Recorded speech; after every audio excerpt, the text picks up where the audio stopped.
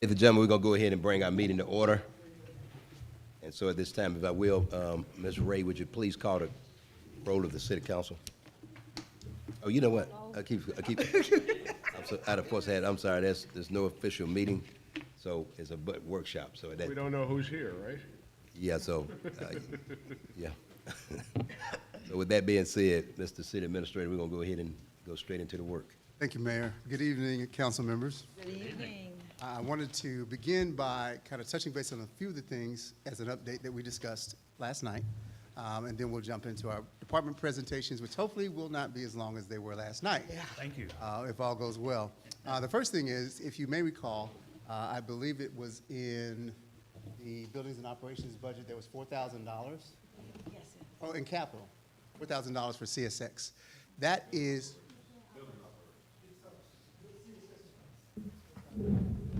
Gotcha. CSX, there was a $4,000 budget line. It is for, and we were asking what was that for?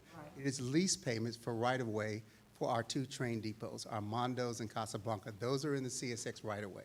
They charge us $4,000 a year for the space we are utilizing in their right-of-way. Wow. Never knew that. Oh, my goodness. Okay, then. Mr. Smith, And has anything? that amount been stable? I'll have to Yes. do the history for you. Okay, I believe it has been. Yes. okay. So it's just an annual cost that we pay each year, right? And secondly, we want to give you some updates on the capital budget that we proposed. There are a couple of, pardon me, and we're going to let our finance director, Mr. Brian Stevens, walk through those updates along with, oh, I'm sorry. You sure? You want me to do it? Go ahead. Okay. Well, good evening, Mayor and Council. Good evening. Yesterday, when we presented the proposed capital budget to you, you saw two expenditures. One was for $200,000 for a generator at the Fairburn Youth Center, and then there was another expenditure for $200,000 at the utility building. Since our meeting yesterday, Mr. Smith has been able to we've been in consultation with the vendor, and we are able to get 3 generators for the cost of 2 for what we propose in our capital budget. That would be for the youth center, the utility building, and the education building at the Fairburn Education campus. The only caveat to that is that the total cost is $400,000. They would need us to pay $200,000, half of that now, because there's a 24 to 30 week lead time for them to order the generators and get them delivered to us. So we're talking about 6 months. If we wait until October 1st, that cost is going to go up. So staff is proposing to adjust the capital improvement plan that we presented to you for FY24 by reducing it by $200,000. And then at our final budget amendment on August 28th, request the $200,000 now so that we could pay the 50% deposit in preparation for the generators within the next 24 to 30 weeks. Okay. Any member, Ms. Jones? That sounds really good, but why are they giving us a third one for the cost of 2? That's one of those too good to be true. Yeah.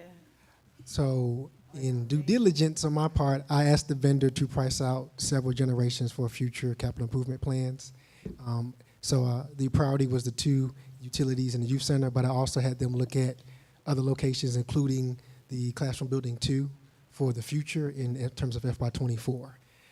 To my joy, they turned that around quicker than we anticipated and was able to fit it in now. So we didn't anticipate getting that number so soon, but after I followed up and had some conversations, they were able to produce that number now. So that's why we're seeing it now instead of seeing it later. We anticipated you all seeing it next year during our retreat or our talks, but they were able to maneuver some things and get us a price right now. Okay. Great. And so when we present the final budget, you will see that $200,000 reduction in addition to the additional $7,000 that we're going to add to the mayor and council's budget for the education and training. Okay. All right. And with that, we can go to our first department for this evening, which is Human Resources, and our Human Resources Director, Ms. Talisha Champagne. Good evening, Mayor and Council. Good Good evening. evening. I am pleased to present Human Resources budget and highlights for FY23, FY24.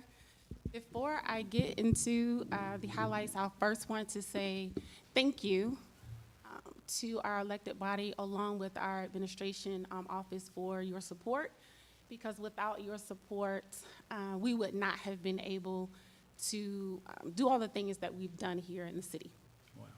I would like to say that for our FY23 highlights, those were all of our goals for FY23 that I presented last year.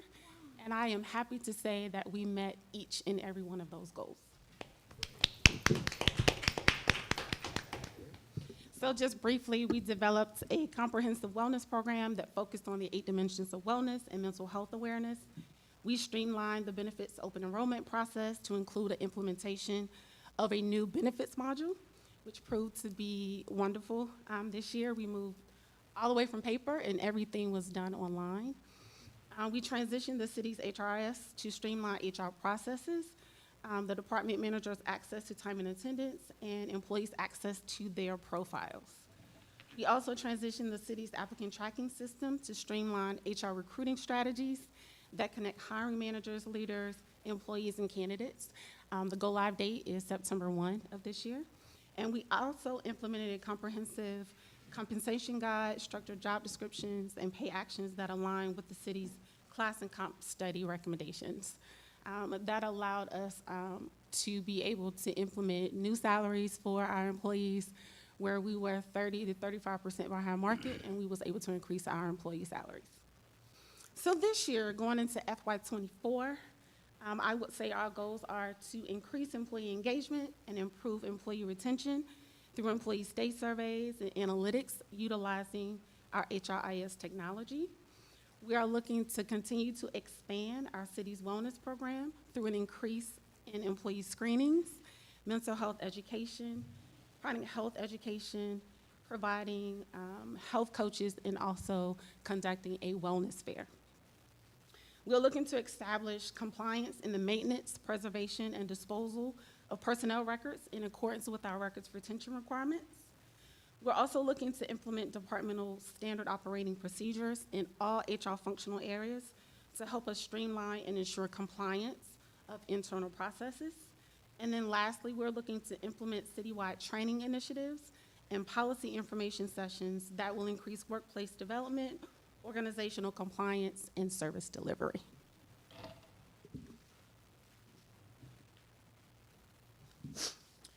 As it relates to our personnel, currently right now, we are budgeted for 4 positions within my department. I am requesting 1 additional position, which is a human resources coordinator. As you may know, the city's HR department is not, we're not pencil and paper. We are an all-inclusive HR department.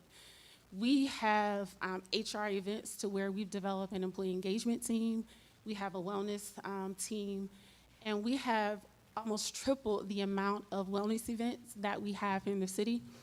To include our employee engagement events, we've had about 30 since I've been here, starting in June of last year.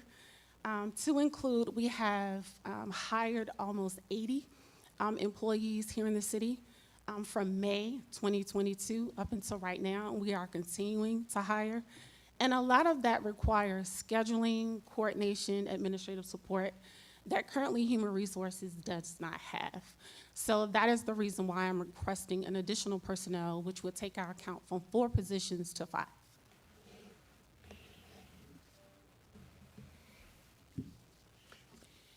As it relates to our purchase and contract budget, actually, each of those line items, with the exception of 3, I recommended a decrease in each of those lines. The increase that you will see is in the pre-employment screens, because as we mentioned in the previous hearing, all of the screening monies have been transferred over to my budget because Human Resources provides and schedules all medical, drug screen, alcohol screens throughout the city. We also coordinate random drug and alcohol screens throughout the city as well. So when billing comes in, it just makes more sense to have it stationed in one department so that we can pay those invoices more efficiently. Our wellness program, we're asking for additional dollars. Through our stewardship meeting with our benefits broker, BKS, we actually saw a return as it relates to the development of our wellness program. United Healthcare was able to see all of the work that we are currently doing here in the city. And in doing so, they are offering almost triple the wellness dollars that they offered on last year. So that's why you see that amount go from 5 to 15,000. And then lastly, for other contracted services, we asked for just an additional amount. The additional amount is to align with our FY24 goals as it relates to retention strategies. So we have a new module that we're looking to go live with Paycom, which is a survey module. It allows us the ability to be able to conduct our exit surveys online. It'll also be able to allow us to do additional surveys as it relates to employee retention, where we can kind of capture employee information from onboarding to 3 months after they've been here to 6 months after they've been here. That would allow us the ability to kind of get an understanding as what our employees are feeling, what are they experiencing in the departments, and if there are some things that we certainly could do differently, we want to be able to capture that early. That leaves a total cost $97,100. The supply budget, each of those line items, I recommended a decrease. The only line item that there was an increase is in the wellness program, because this is the line item in which we provide a lot of our incentives. And our incentives has proven to be beneficial for our employees, because we're seeing over 60, maybe 70% of our employee population participate in our wellness program, leaving a total cost of $19,000. In summary, personnel costs, $614,631, purchase and contract, $97,100, supplies, $19,000. Total budget summary is $730,731. I had a question for you, if you don't mind, and then I'll come to Ms. Davis. Looking at the, I'm sorry, were you finished? Well, yeah, I Yes. apologize, go ahead. You're not finished, right?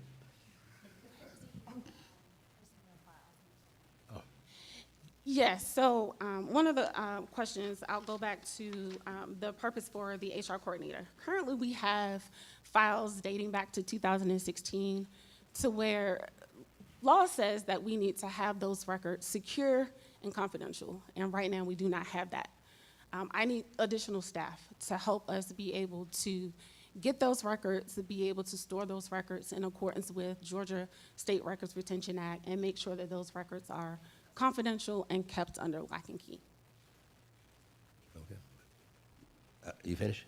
Yes. Okay, because actually, the question I was going to ask you about the request for additional person in it, and in our candor, I was just going back to, and I know right now things have totally changed 180 degrees. Looking at, for as long as I remember, we had 2 people in HR. I think you got 4 now. And my question was going to be, what was the main need for the new person? And I'm assuming, well, I'm not going to answer for it. I'm going to let you tell me what the need for the new person is to do specifically what. Absolutely. So at the time that we had about 2 staff members, our employee count here in the city was about 80 employees. Right now, we're over 220, and we are still growing. We are still recruiting. We are still hiring. And even from some of the additional positions that we're asking for at FY24, we still have some vacancies that need to be filled. We've had reclassifications that we've done. We've had new positions that we've had to create based on the operational needs and organizational needs of the city. Currently, right now, Human Resources is one of the departments that does not have administrative support. So kind of keep it in mind as it relates to all of the events that we have scheduling, all of the marketing that we do in our department, all the wellness functions that we have, and the additional things that we're looking to expound upon for FY24 is definitely a needed position in my department. And then do me one favor. Go back to the screen, the slide where you showed the number of people in the department. I apologize. I think it was 3 slides back. Okay, and so, I'm sorry, I'm looking at, you're saying that you don't have the administrative? No, right now, some of the administrative duties is being handled by my exempt staff.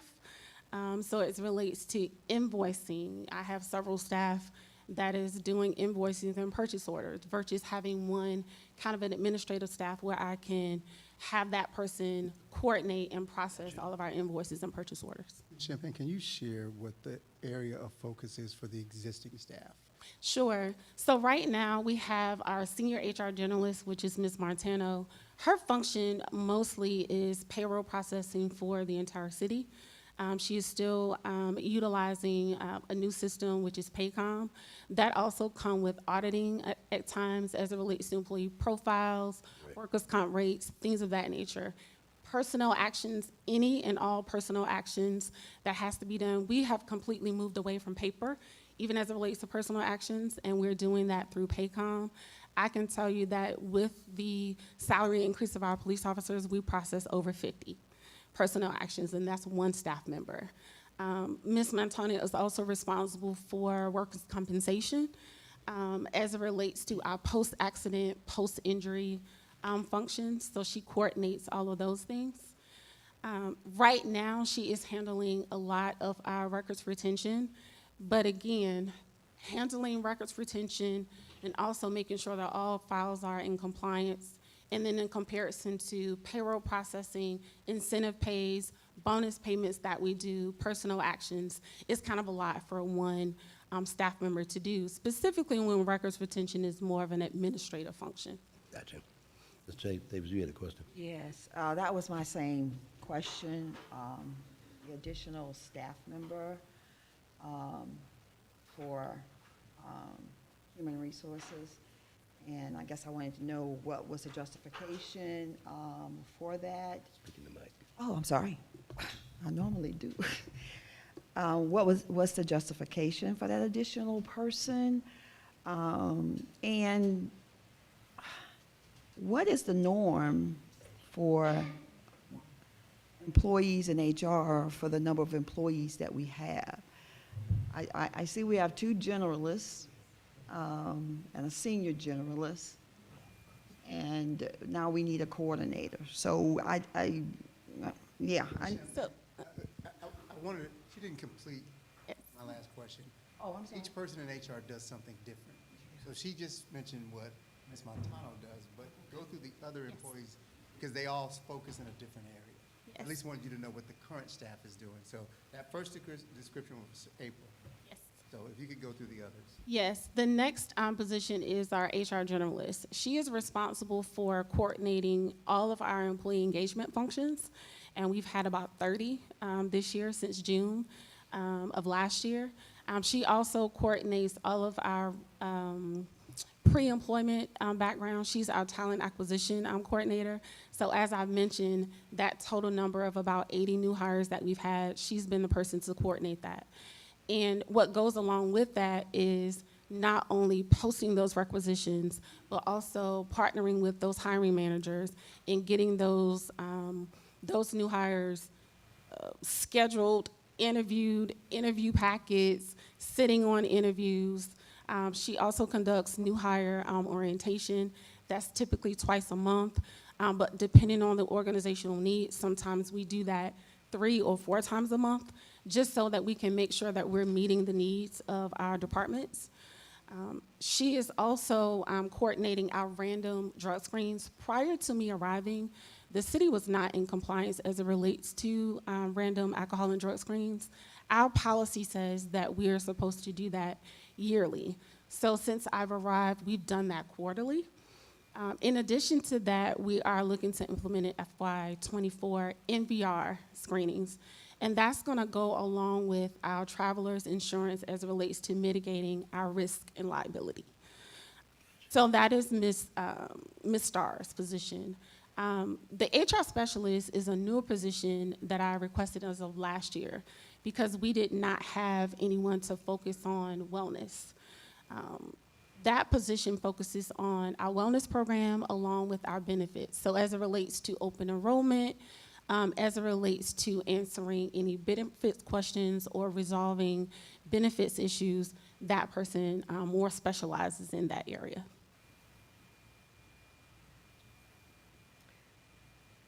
Okay. Okay.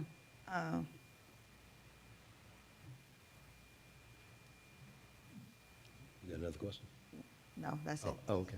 Any other questions? I'm sorry, Mr. Whitmore, go ahead. Good evening. Good evening. You mentioned the records retention program, and you said it goes back to 2016. 2016, and the retention is, what's the retention? Well, retention schedule is dependent upon the category. The records that I'm speaking of is right now, we have records dating back to 2016 that are not confidential right now, that are not kept in an area to which they are secluded, confidential, under lock and key. We need a process in place where we can completely transition all of those records from 2016 up until now in an area to where they are confidential and under lock and key, and no one can access those but an HR staff member. Okay. And retention, as far as destroyal is concerned, what is it, 5 years, 7 years? It depends on the particular record. So for example, personnel records for a person that terminates could be 7 years after they terminate. As it relates to recruitment files, it's 3 years after the requisition is done. So the retention schedule differs based upon the category.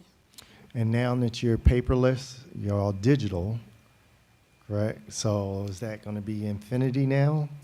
We can certainly look at transitioning to records that are completely no records at all. That is a process. We still need someone that's going to be able to maintain those records, because transitioning from being able to move everything from a file to where if you have a person where you'll be able to scan it in, and Paycom does have that capability, there's a cost associated with that, but that is something that I can certainly look at in future fiscal years.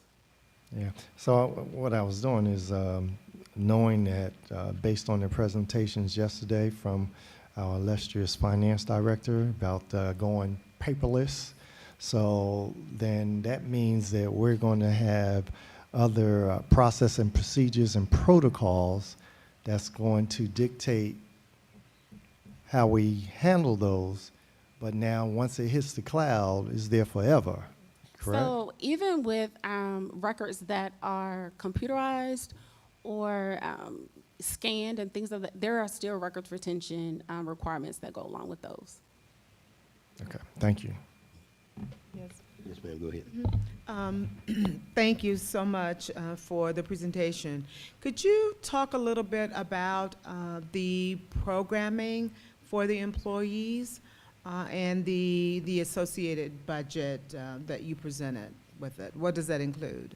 When you say programming, Wellness program, benefits orientation, frequency of any of that, and some of the other things. absolutely. So I'll start with our wellness program. We have a wellness committee that meet quarterly. So we plan internally, HR, to come up with creative ideas and creative activities, whether that's a lunch and learn, whether that's screening, whether that's any type of wellness event that will raise education and or raise awareness as it relates to wellness. We have partnered with several entities outside of just City of Fairburn. We have partnered with Fulton County Health Department. We have partnered with the police department here in the city. We've also partnered with our fire department in a lot of the events that we've had here in the city.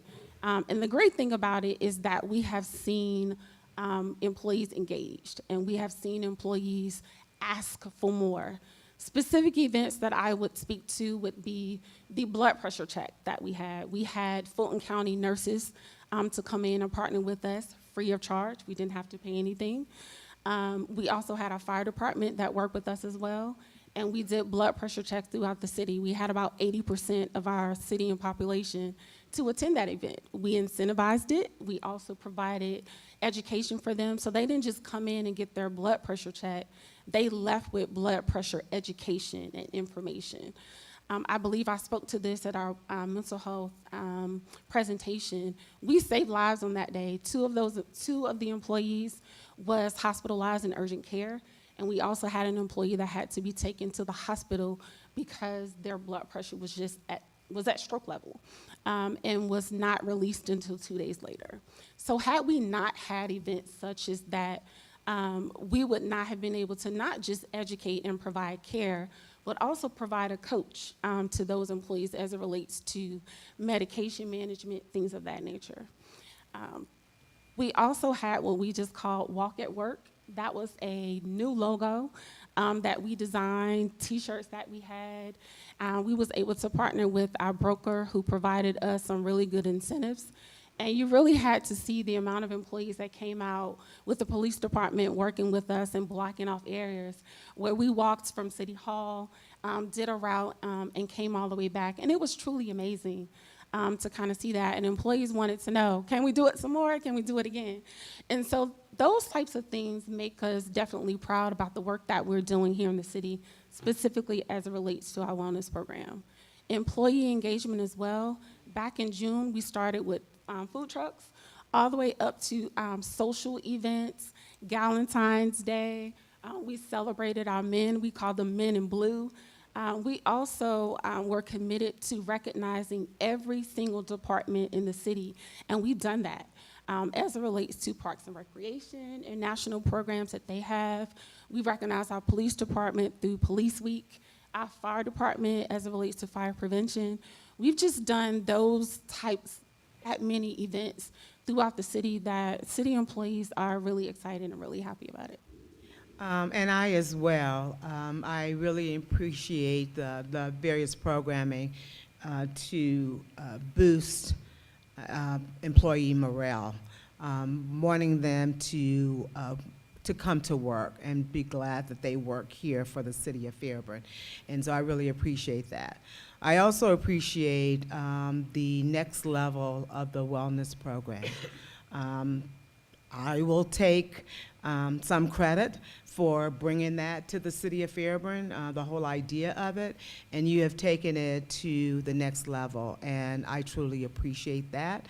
Not only is it beneficial for the employees, but it is beneficial to us as a governing body, because if we have, healthy employees, then they can deliver the services to our residents, and it just makes everyone happy all around. That being said, next level, holistically for our employees, we are trying to provide a level of income where employees can live a quality of life. But funds aren't unlimited, and we all have to manage the dollars that we receive. So I've spoken to you before, and I also mentioned it to Mr. Phillips as well, about us bringing in financial literacy for all of us, quite frankly, because we all need it. We can probably all do better in terms of managing our money. And the more knowledge that we have, the better we are at it. And so is that included in this fiscal year? Yes, ma'am. Thank you so much for mentioning that. That is part of our FY24 comprehensive wellness goals, where we will have someone to be able to come out and not just provide us financial education, but also provide us information as it relates to maintaining our credit. So yes, that is part of our program for this year. Okay. And financial wellness is part of our 8 dimensions. For part of what? Our 8 dimensions of wellness. So yeah, that is one okay, guide. fantastic. Well, can you tell us what those 8 are? Sure. One is financial, social, educational, physical, mental. I have to remember them all. Okay, I didn't mean to put you on the spot because I didn't know what they were. Well, that is fantastic. I am very pleased to hear that. And I would also ask, which I've asked before, and I've not received any information, yes or no, viable, not viable, and that is to explore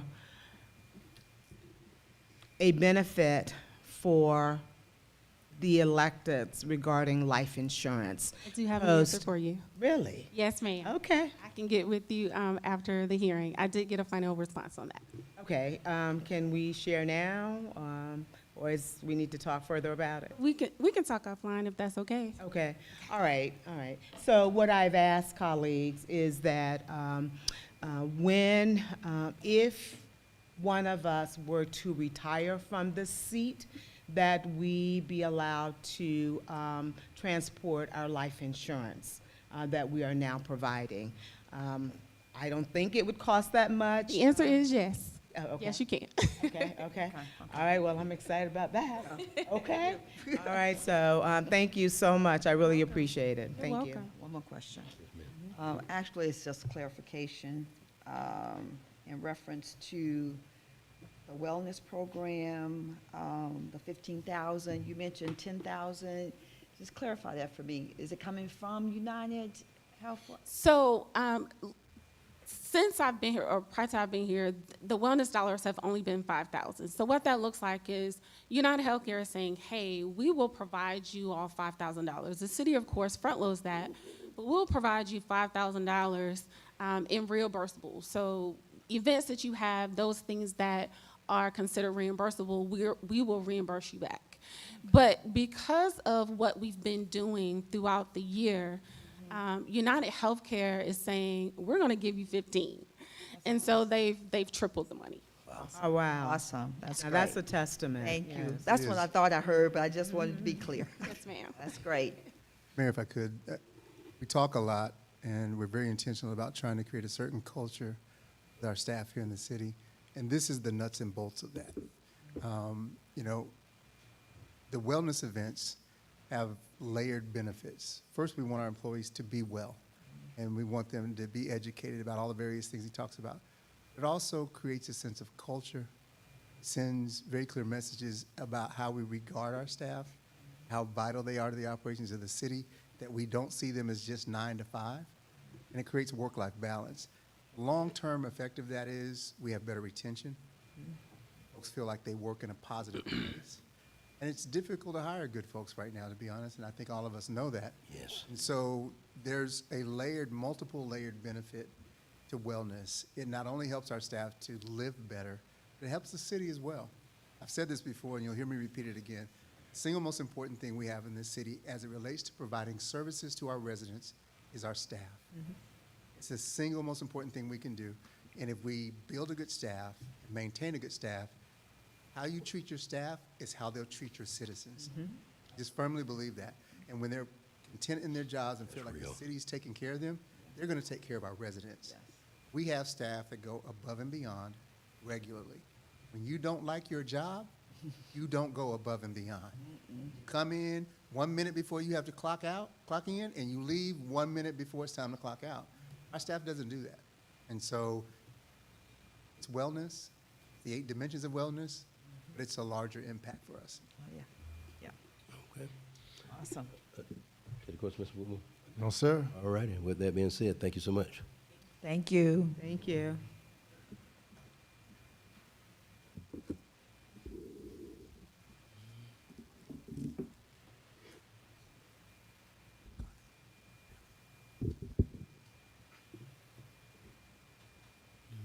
Good evening, good evening, good evening. Good Good evening. evening. This one is gonna be a breeze, I can tell you that, because it always is. I just want to highlight some of the things that we did in FY. Excuse me 1 second. Mayor, just information. I did receive a phone call from a citizen. While we can hear them here in chambers, unless they have the mic in front of them, they can't hear it out online. So I'll just ask you to make sure you're speaking into the mic. Okay, I'll try that. Can you hear me? We can, but you have to speak in the mic so Yeah. that people on YouTube can hear you. May I You didn't have to remind me of make a point? that. I'm not speaking into the microphone. Can you hear me? Yes. Okay. Measure that. But not online. The issue is technology. Yeah. But we can all communicate very well without this. Yeah. Not for technology. Not for We technology. need it for the record, because this is being recorded. Okay, there might be another way of doing that possibly. That's all I'm suggesting. Okay. Yeah. Speaking into the mic. But for this meeting, we'll go ahead and continue, but with the mic speaking. Go ahead. I will try to remember to speak into the mic. It's, Just put it in front of you, and Yeah. then you won't have to worry about it. There you go. okay. That means you can hear my breathing. Can't hear her. Okay. So, some of the highlights from FY '23, we hired a part-time administrative assistant to aid us in virtual court. We are still virtual. Reminding me that it's a microphone is making my voice crack, and I apologize for that. Another thing that we did, it's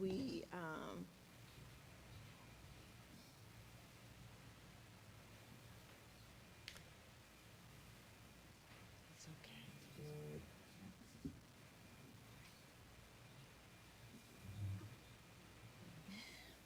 It always make my voice crack. That's why I said don't remind me about the microphone.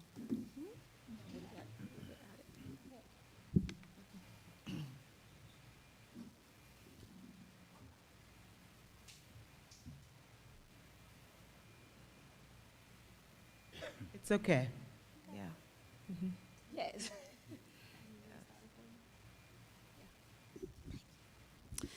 Municipal Court hired a part-time administrative assistant to help with the daily operations of municipal court, enhance the court accessibility by providing mobile devices during virtual court proceedings. So in the event we have a resident or someone that received a citation in court and they don't have access to the internet to actually join virtual court, municipal court does have iPads on site, which allows them to join. That way they're not missing the proceedings. All court clerks successfully completed mandatory municipal court clerks training. Organized the annual amnesty program to reduce the backlog of dormant court cases.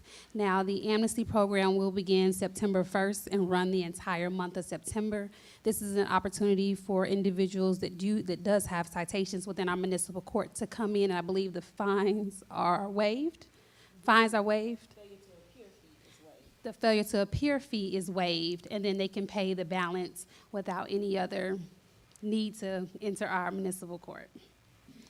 Goals for FY '24 include the creation and implementation, to create and implement policies and procedures to minimize the amount of paper utilized in our court, create and implement standard operating procedures for municipal court, convert all municipal court files to digital files, attend training classes focused on customer service, conflict resolution, time management, stress management, and other professional development training, and to expand the annual amnesty program to run quarterly. So instead of it running just once per year, they want to do 4 amnesty events in FY '24. That also includes for probation warrants. So people that have probation warrants, they have the opportunity to pay off the probation warrant without all of the added on fees. So it's a significant discount for people that take advantage of that.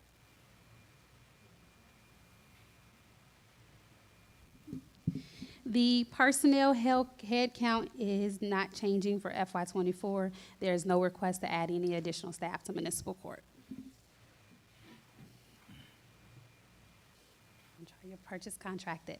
The purchase contracted fees. The professional service fees includes the cost for Courtware, which is the platform that municipal courts utilizes, as well as Justice One, which is a module under Courtware that they use as their record management system.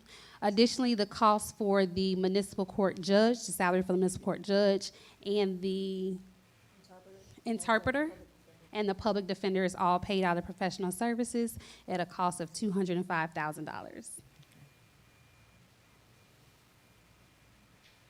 Can you explain the state funds and court costs? The 272? Okay, the state funds and court costs are bucket funds, if you will. They are mandated funds that we have to pay for the ability to take in fines on citations. So it's stuff like PAOB, the date fund, drug and alcohol awareness fund, different funds that we are mandated to pay by state to do. That is what that includes. That adds up to $272,000. The cost for travel, education, and training is just for the court clerks to receive their annual mandated certification training. As far as the supplies budget, nothing really changed here, just $5,000 for office supplies, $500 for books, and of course, $500 for miscellaneous supplies, which brings municipal court to an overall budget of $772,577. I had one question. My question was with all the conversation about technology and upgrade, as we heard from the IT department yesterday and finance department and actually the previous presenter. What is there any upgrade? What specific upgrade from a technological perspective, if there's needed at all? I remember there was a fund called a technology fund. I'm not sure if that's been in place for a minute. Is there an upgrade or new module? No, there's not an upgrade or new module. That is just a fund that when we take in fees and fines, we set aside in case we need to upgrade, because that is what we pay the actual iCourt platform out of, which is our virtual court platform. That is what purchase our iPads, a lot of our mobile devices, for us to be, I guess, technology savvy. Gotcha. Additionally, of course, you know that fund is overseen by our municipal court judge, but she's been gracious enough in the past to allow our police department to utilize some of those funds to buy needed tough books. And I believe this year PD was able to purchase a total of 4. Oh, wow, that's great. Any other questions, members of council? Yes, I have some questions. Ma'am, go ahead. Thank you, Ms. Brownlee Mack. And public speaking, fear of public speaking is a common fear among everyone, so don't feel bad about it. Obviously, you're good at what you do. Okay, Yes. so thank you. Yes, she is. I know. Don't worry about it. Couple questions. You talked about you using an interpreter. Could you tell me which language or languages have been used most often for an interpreter? Spanish. It is standard that we have a Spanish interpreter, even when we were in person for every court appearance. 'Cause we always have Spanish-speaking citizens to appear in court. And we've not had a demand for any other language? We've occasionally had, I think, an Arabic language. Arabic? Arabic. It was something where it was a real old language that I had a hard time even finding an interpreter for. But you were able to do so? Yes. Oh, okay, great. We don't necessarily use the language line for the most part. We've had a couple of American Sign Language people, but most of the time people will inform us of the interpreter that we need before court, and we make Arrangements. because that's part of what we have to do, is to make sure they understand the court proceedings. And is that a sizable budget? I mean, okay, so are we at the point where we need to start looking about having that expertise in-house? Are we at that point? No. Because what typically happens is, because we've always had a Spanish interpreter, and that's our main language, that is one that is kind of sort of fixed in. We're used to it.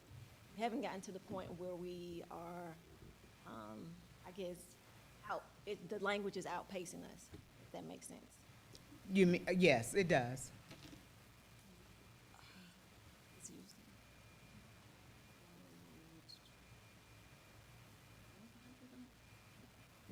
So I was asking Ms. Brownlee Mack what was typically the cost for the interpreter that we currently use. She said she's about $600 a month. So it's not a huge hit to the budget. Additionally, we do have employees on staff that we utilize. So in the event we do need someone that has Spanish-speaking ability, those employees are always the first ones to come in to assist. I can tell you that the front desk here in City Hall utilizes those services. We've actually reached out to both employees to assist us with translating communication for the upcoming utility assistance program. Okay. So is that, and not only your department, but other departments throughout the city, should we consider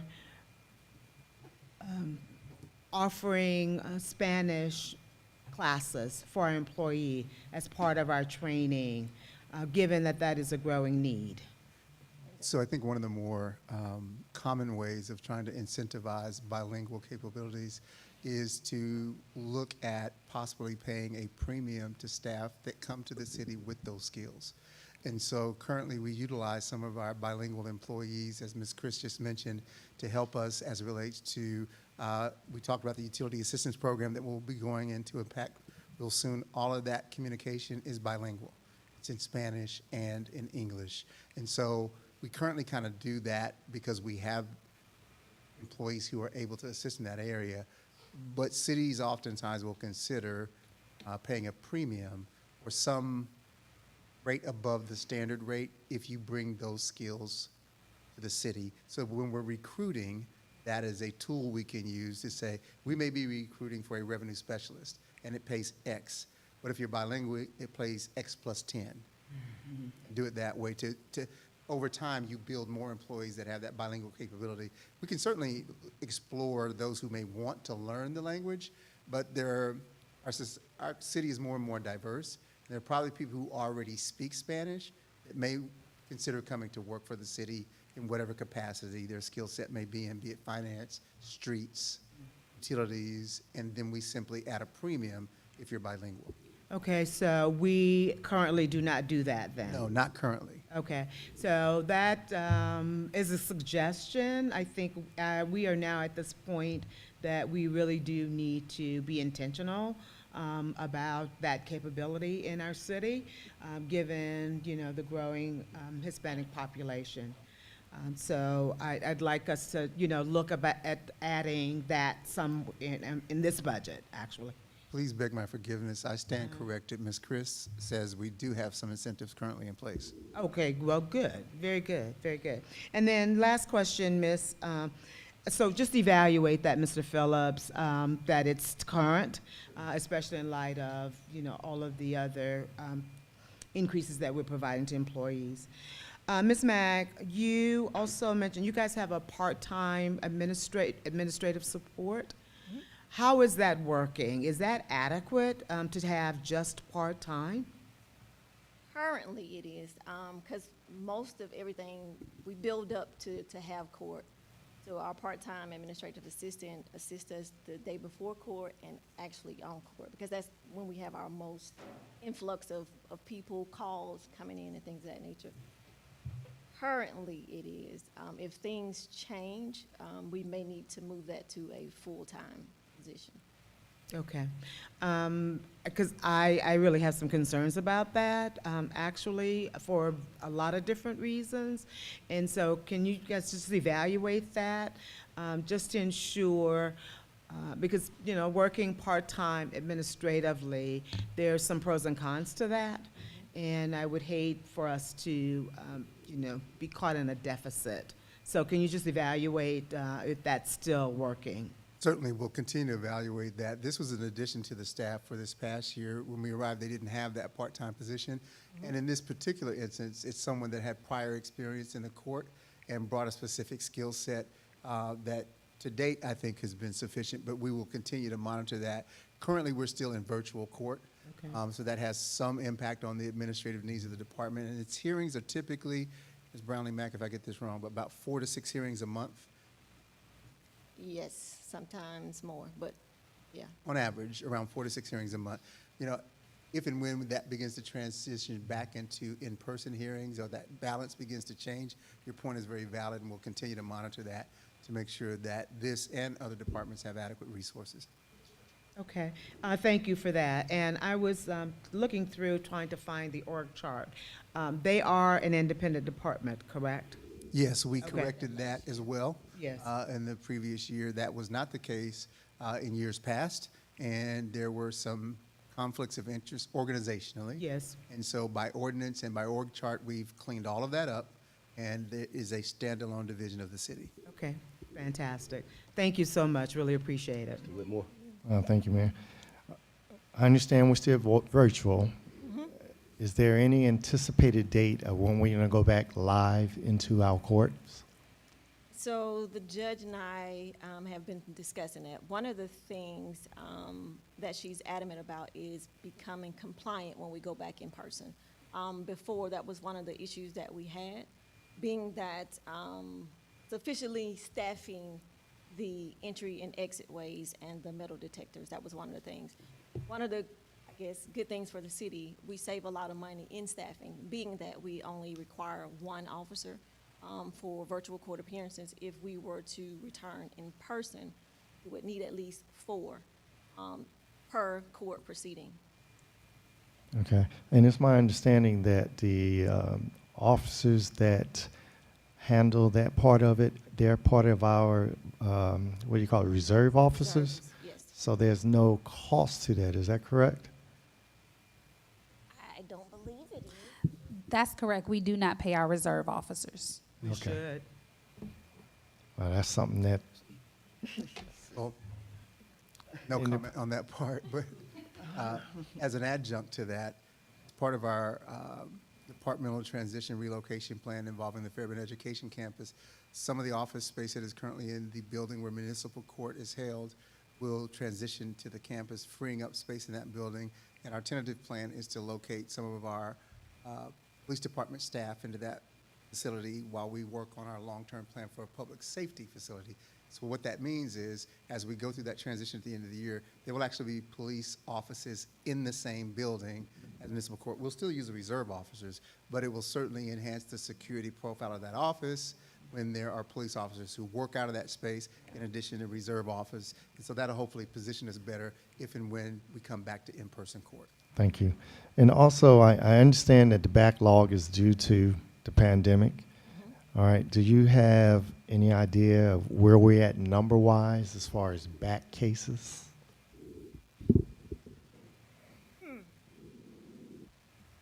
If you don't know, What I will do is, when I get back to the office, I can get a definite number for you.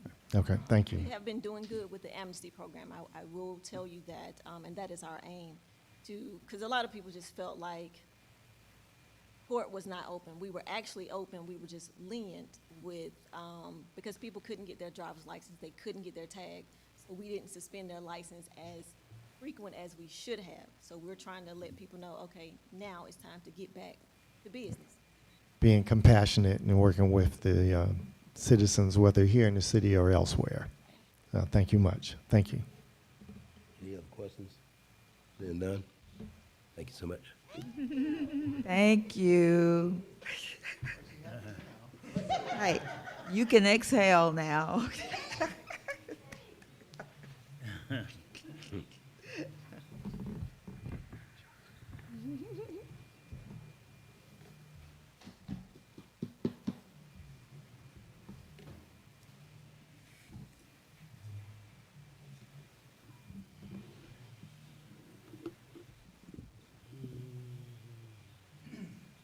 Good evening, Mayor and Council.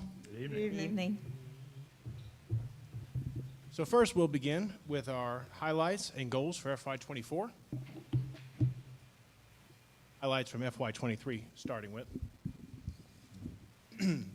First off, we upgraded to the Justice One system, which is a cloud-based report management system. This is the same company. The prior product was called the RMS, Courtware RMS. This now is called Justice One. It's cloud-based, meaning we can access the system from anywhere with an internet connection. Supervisors can approve reports from their mobile units without having to come to the station. So that's going to be an upgrade for us. We began significant improvement to the firearms range located on Bohannon Road at the Fairburn Public Safety Training Complex. The additional lanes are going to include rifle lanes with the upgraded range. That's a very big deal because rifle ranges are difficult to come by for law enforcement training.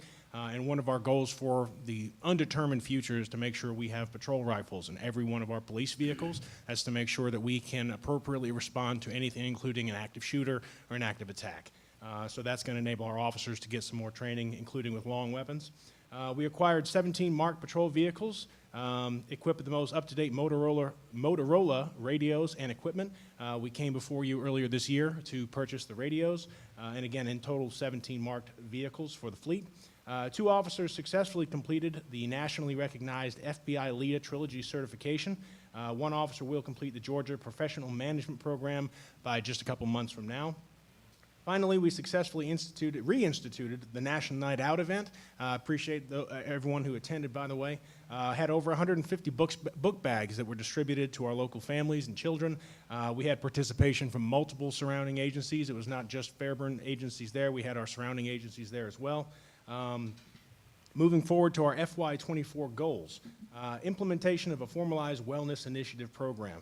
Wellness is something that's been discussed a lot tonight, and in the months and weeks leading up to tonight, we want to make sure we're doing things that are specifically geared towards law enforcement in terms of wellness. Provide opportunities for officers to increase higher education, specialized training. Education training is big in law enforcement. We want to make sure we are a training agency that is not just doing the minimum in terms of 20 hours a year as required by the state. We want to go above and beyond. Enhance the agency's technology-based resources for administrative and investigative divisions of the department. This is some software that we'd like to implement both on the administrative side in terms of tracking, employee files, complaints, review board. I'll get into that a little more.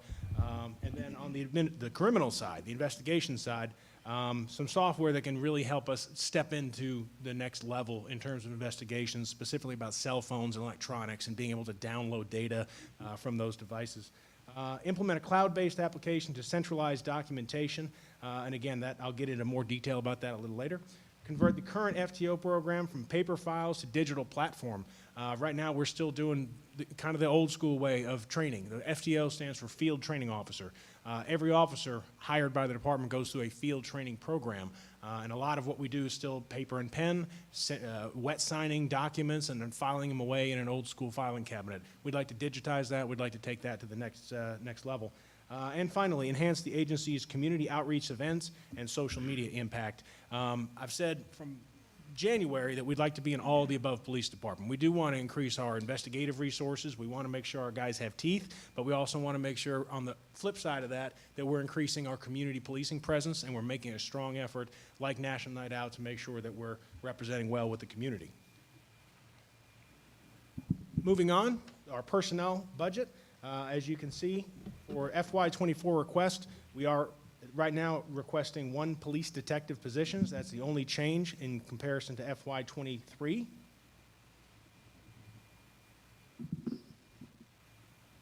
Purchase contract. I'm going to go through kind of the big ones. Some of them are a little self-explanatory, and of course, we'll go back if you guys have any specific questions. Can I ask you one question, Chief? Yes, sir. Well, yes, I don't want to lose. In this case, you're asking for 1 detective position in this case. So my question is, I know we've done some major transitioning from in the last 18 months as relates to officers, some leaving, others coming in. My question in particular as it relates to the investigative, how many total investigators do you have? Right now, we have 3 investigators, one of which has been on extended military drill. So we've got 2 currently sitting at desks. We've got a corporal and a sergeant as well. They are commanded by a lieutenant. That's the entire investigations division. The gentleman that's been on military leave, I'm assuming, I don't know if that's the same one that's been there a year ago. Is that the same guy? Yes, sir. Okay. It was coming up on 3 years now. And I guess, and legally, there's nothing you can do about that. I mean, that's his military. I'm a war veteran, so. Yes, sir. My question is, the work doesn't stop as a result of somebody being on military leave, and then maybe the question I should be asking is there ever a need to consider possibly 2? Asking for more because I don't know how much longer the gentleman will be on military leave, but that's a long time as a person that manages the Department of Food and County, that's a long time to be able to have a person be gone in a Yes, sir. critical We position. can certainly discuss that possibility as we move forward. Obviously, there's got to be decisions made at every level of the budget as to what we can and can't swing for. With the detectives in particular, the work has not stopped, of course, to your point, in Criminal Investigations Division. We do have the detectives that are getting the job done. They're investigating their cases. But of course, as you're aware, you cannot replace his position. Right, and that's why I said ask about adding for more, because by law, I'm aware that you can't do anything about that. But that just seems to have been and I remember having this first time around in my previous administration. I want to say it was 2 guys that were military leave. Every time I turn around, they were gone. We do have a number of officers that are inactive with the Guard. One of our officers actually just got back from a 2-week Guard deployment. So, and so we do have several that do serve currently. This one particular officer in particular, he's been gone coming up on 3 years, and he keeps getting, his orders are being renewed. And ladies and gentlemen, just for public record, it's not that I'm coming down on a military veteran. I'm one myself. It's just that when it comes as a person that has been in charge of a major organization, in this case one right now, away from here, again, a position being vacant is critical as a detective for what, how many years? 3? Coming up on 3 years. God, that's a lot of work in this case. If I've got if I have a capacity that requires normally 3 positions and I got 2, I'm working 2 people to death in as it relates to something that critical. So just at some point, maybe not this year. I mean, that's a long time. Another year to go for position vacant. My God. Okay, you want?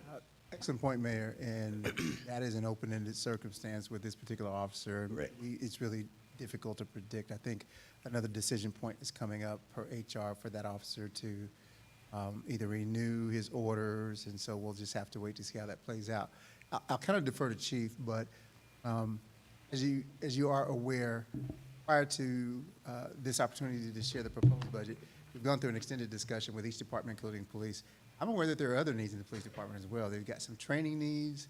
They've got some other needs that aren't currently reflected here. And so, you know, if we're going to add a position, it may take some discussion to go, is a second detective the greater need versus a training officer? And so we kind of went through that exercise initially. I don't know where that is, but we can certainly kind of have that conversation over the next couple of days and kind of figure out what that looks like. And like I said, we kind of defer to the chief and the command staff to let us know in the greater picture for law enforcement which one is the most pressing need. Sir, just to piggyback off that, we had, I think at one point, a handful, I think 8 positions of what we were talking about back when we started this process. And again, obviously, we have to make cuts where we have to make cuts. There was a discussion amongst the command staff as to what was the priority, and it was generally universally agreed upon that the detective position needed to be the first thing we filled, with, of course, the idea that if we are able to, at some point in the future, fill additional positions, then we will certainly have to analyze which one would be the greatest impact for the police department. Okay, Again, those are conversations had both internally and with city administration. gotcha. Mr. Whitmore, go ahead. Thank you, Mayor. Chief, Sir? question, with the 2 investigators that you have, we have a pretty good closure rate currently? We do. I have to pull the specific numbers. I can't quote you a number right now, percentage closure, but generally they do a pretty good job. We do keep an eye on those. Okay. Track our- And with the one missing investigator, if we had 3, that workload could be evenly spread across, and we would probably close more cases even quicker. Yes, sir. Okay, thank you. Ms. Jones, go ahead. Yes, Chief. You have 51 positions, 5 are administrative or administrative-like. Of the officers' position, are you completely staffed, or are there vacancies? That's a great question. Currently, we have 5 vacancies, but as of this afternoon, prior to coming over here, I signed 3 conditional offers for certified applicants.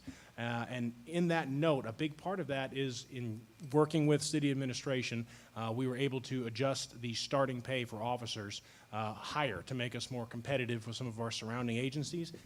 You don't have to look far, especially if you're on Facebook. Look around some of the police departments around us and look at their hiring flyers, look at their ads, and they'll show you what their starting is. We are now competitive with all of our surrounding agencies, I'm confident to say.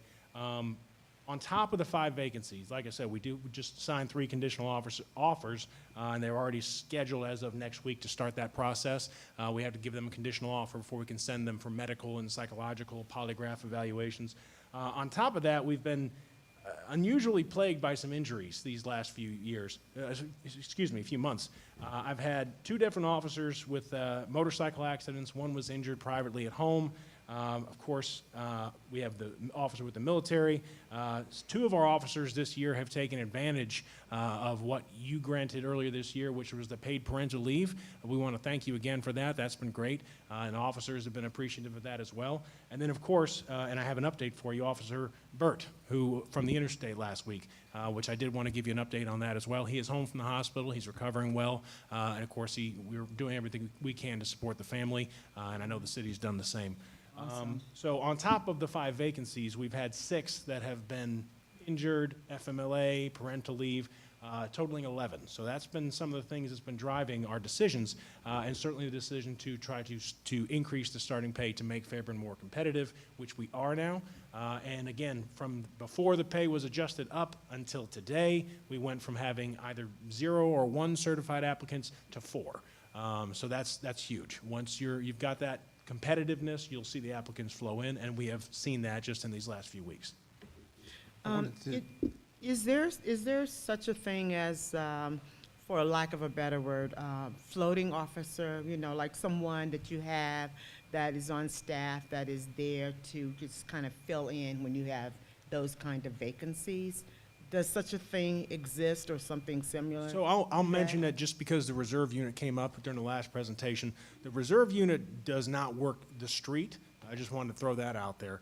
They are almost exclusively for council, P&Z, court hearings. That's what the reserve unit primarily handles, so the uniformed officers on the road don't have to be pulled off the road to go sit at court for a few hours. We don't have units that are outside of the police department, if I'm catching what you're saying, that can come in and fill in. But we do have very dependable staff. I can tell you with some of the, with people being injured, people being out on leave, the command staff has been fantastic in throwing in. We've had every member of the command staff out working the street, covering down, picking up calls, and I'm very proud of them for that. I want to say that now. But we don't have a special unit of almost other officers outside that can come in and cover calls. Well, your implementation of the reserve officers, that actually kind of speaks to, that issue, because now you don't have to use employees to do the things that the reserve officers are doing. And so I appreciate that.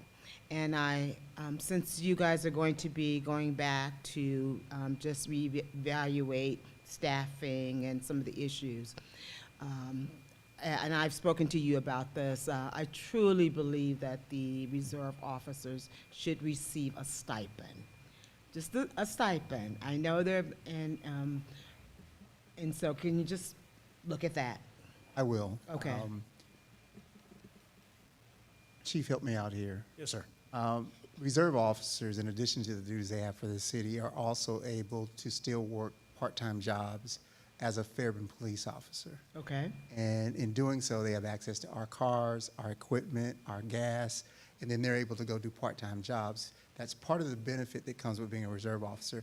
So we don't pay them, but it gives them access to have these part-time jobs, working things like the Renaissance Festival and other local businesses, and that is compensation. That's one of the reasons the reserve officers, just one reason, do that. So I just wanted to share that. That's not the same as a stipend, I understand that, but it does provide them a means to be able to do part-time jobs that they otherwise would not be able to do in the same way. Well, no, I didn't know that, and that, quite frankly, answers that question. So I'm fine with that. I'm fine with that. I also wanted to, just for a moment, to add some clarity around the pay increase that we did for police. In terms of the floating officer, though, the one thing I wanted to mention to you is our police department very close-knit, and they do a great job of having each other's back and filling in where they need to, and it doesn't matter what rank you are. We had the unfortunate incident where Officer Burt was injured. That night, officers came in from all over the place who weren't scheduled to work and simply hit the streets and started doing what they needed to do. I know DC was out working at, the streets and doing whatever they need to do. I just wanted to mention that because that doesn't happen everywhere, and it happens here in Fairburn, and it happens real time, so I appreciate them for that. So we are constantly monitoring all of our pay scales, as you know. But public safety is a different animal. It's just different than other occupations. And you probably are aware there's been somewhat of what I would call an arms race area-wide for police officers from one end of the county, from one end of the metro area to the other. Every time you turn around, another city is raising pay, raising incentives, and it forces all cities to at least monitor that so that we don't fall so far behind that we're unable to fill those vacancies that Chief just talked about. So in order to do that, we constantly monitor all pay scales, but specifically public safety because it tends to outpace other positions.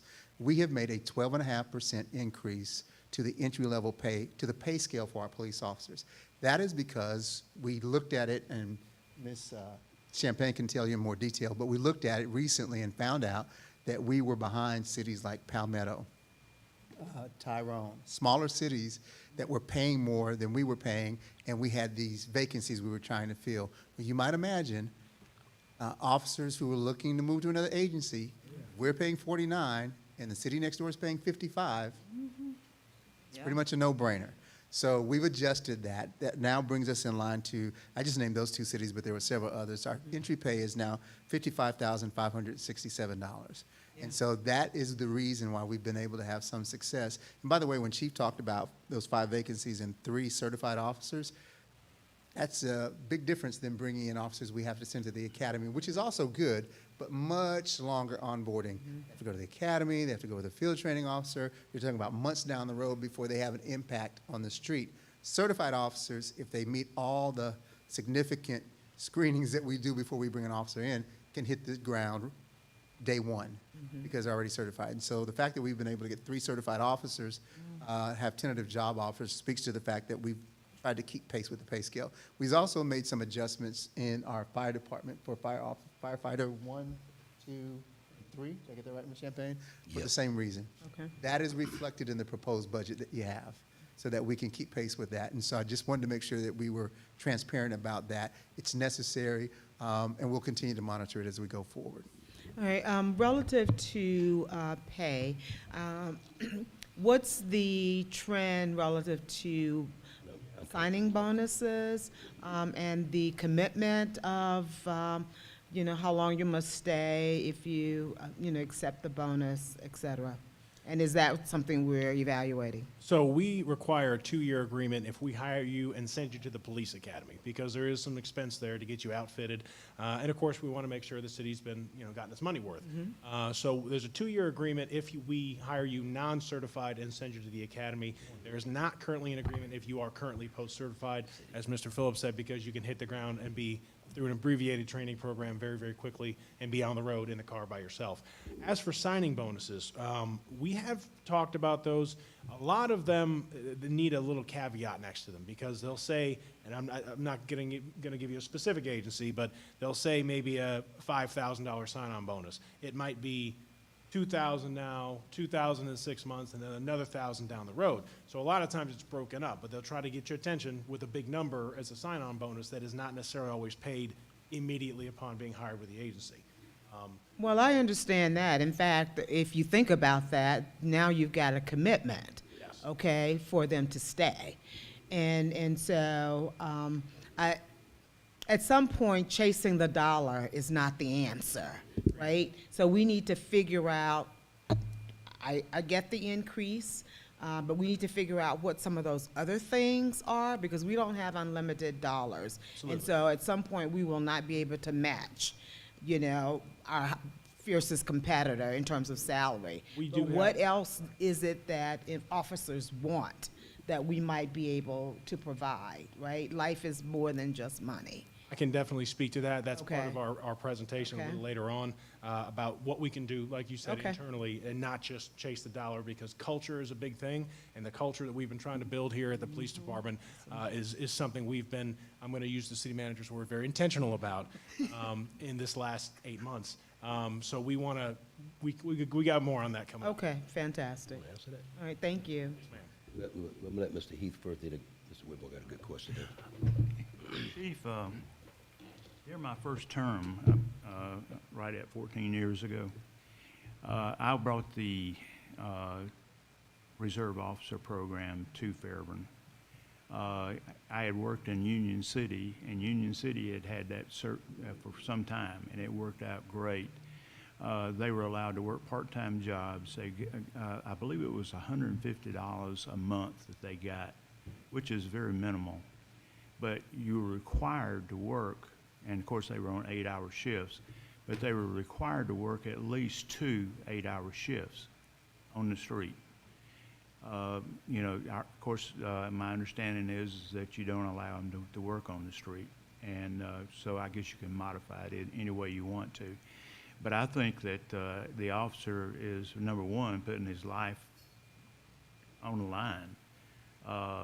I mean, you see a thing like an accident out on I-85 the other night. The officer just working an accident, and his patrol car is hit. He's got several bones broken and stuff like that. I mean, that's going to lay him up for a pretty good while, I would think. So to say that, well, we're not just going to give them anything, I think, you know, $150 is nothing, in my opinion. And the fact is that you, like you're saying, you can use them in the courtroom, you can use them. And so these are things that would cost us whatever we're paying our police officers, $15, $18, $20 an hour or whatever like that, to do the same job. But they're doing it for $150 a month, or $200, I would think. It wouldn't even be that bad. So I would, and then you're going to attract more qualified people too, because a lot of officers will get in there, and I saw this in my 25 years in law enforcement, that they will get in and it may not be for them, but they still like doing the job, so they're willing to work a regular job, but then work, you know, that and make them a little change, pocket change. So I don't see where that would be that much of a problem with, you know, at least $150 a month or something like that for a reserve officer. So that's, you know, there again, he's got a gun strapped on, he's certified by the state of Georgia, and he's putting his life on the line just like the regular officers are. We can certainly consider whatever the will of council is. I think it's important to understand that because they are reserve officers for Fairburn, it allows them to get part-time jobs as a Fairburn reserve officer that they otherwise could not do. Those typically pay, correct me if I'm in the range, Chief, between $30 and $50 an hour. Right. And so, A little more. a little more. So Like 40 these now is the reserve minimum. officers are able to, because they're reserve officers for Fairburn, Right. and have Fairburn equipment and Fairburn cars, they're able to qualify for these jobs that can pay upwards of $50 an hour. Right. So I just want to be clear that the idea that they're not receiving any money, being a reserve officer in Fairburn allows them to get pretty significant money. compensation. Now, if we want to add city compensation on top of that, then whatever the will of council is, but I don't want the perception to be that these officers just aren't getting anything, that they're just coming for free, because these part-time jobs pay well. Right. They pay a lot more than some of our employees make. Well, do they get paid for standing in the court? Do they get No, sir, paid? they don't, but So doing that, saying. doing that job Right. allows them to then go get the $50 an hour job that they otherwise wouldn't be getting Well, I if it wasn't for the city of Fairburn Police Department. So again, if council wants to consider that, we will, you know, abide by whatever the will of council is. But I didn't want there to be a perception that these officers are out there working and they're not getting anything, because they're able to make significant sums of money because they're reserve officers for the city of Fairburn. I'm sorry, I come to Mr. Whitmore first, and then I'll come back to you. Chief, Sir. I'm not sure if you're going to answer this or if our city administrator is going to answer, but I'm kind of curious about this. I'm curious to know, where are we currently based on our census in the city of Fairburn? One officer per thousands of citizens. Are we on target? Are we there? And if we're there, how long before the next increase of personnel based on census numbers? I do have that formula. I have not run it recently, but I can, and I can get that information to you. Okay, yeah, if you would share it with mayor and council, I think that would be highly appreciated. Mr. Jones, you say you go on? Mr. Jones, you had a follow-up question? Just to just echo what Mr. Phillips stated, I really appreciate that clarification, because I was under the assumption that they were not getting anything. And the fact that this allows, being a reserve, allows them to have a part-time job that pays a lot more, I think they would prefer that. So I just want to echo that. My question, Chief, what is the progression so police officer, and is the next level senior police officer? Yes, SPO, followed by corporal. Let's see, yeah, they're not entirely, let's see. So there's a recruit level. Hang on, why am I looking up there? I got it right in front. So the recruit is the very base level, and that is a lower amount than a PO2. PO2 is a police officer. Okay, but that's in the police officer count, is that correct? Yes, that's correct. Okay. So just clarifying that when we hire them and have to send them to the academy, we do not Yes. give them full officer pay. Okay. Moving up the rank, you then have the senior police officer. You've got the detectives. We have 3 of those, as we said. 5 corporals, 7 sergeants, lieutenant, captain, deputy chief, chief. Okay. All right, thank you for that. Yes, ma'am. You want to, oh, I'm sorry, go ahead, Mr. Whitmore. Chief, just one more question for you. Yes, sir. Because I already know the answer to this question in reference to yourself, I would like to know your thoughts within your agency on succession planning for preparing police officers for the next level. Hopefully they will stay within the city of Fairburn, but based on your experience, and that we all know that there was a push and you were able to go to additional training to prepare you for the position that you're in now. Yes. What is your opinion on that based on your new position as the chief of police for the city of Fairburn? I think succession planning is hugely important, and specifically in the, make sure I'm giving you the right line, talking about our training areas for advanced training, okay? I am, to your point, the product of succession training here in Fairburn. Fairburn sent me to Command College. They sent me to Southern Police Institute.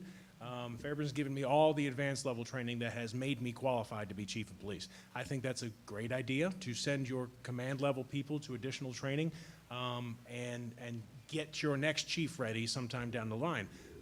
And not just the chief, but the next deputy chief, the next captain, the next lieutenant. It's important to reach down, reach behind you, and pull up the next person behind you. I think it's a wonderful idea, and we do have some plans to that end to try to make sure that we start giving training that is going to prepare somebody who may be the chief 10 years from now, 20 years from now, to start making sure we have that training. And again, I benefited from that myself over the last 17 years, as has the deputy chief. Thank you for that. Also,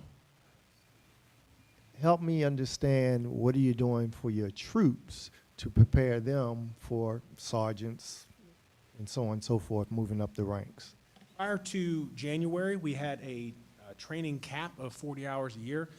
We've increased that cap significantly. It's either 3 or 4 times.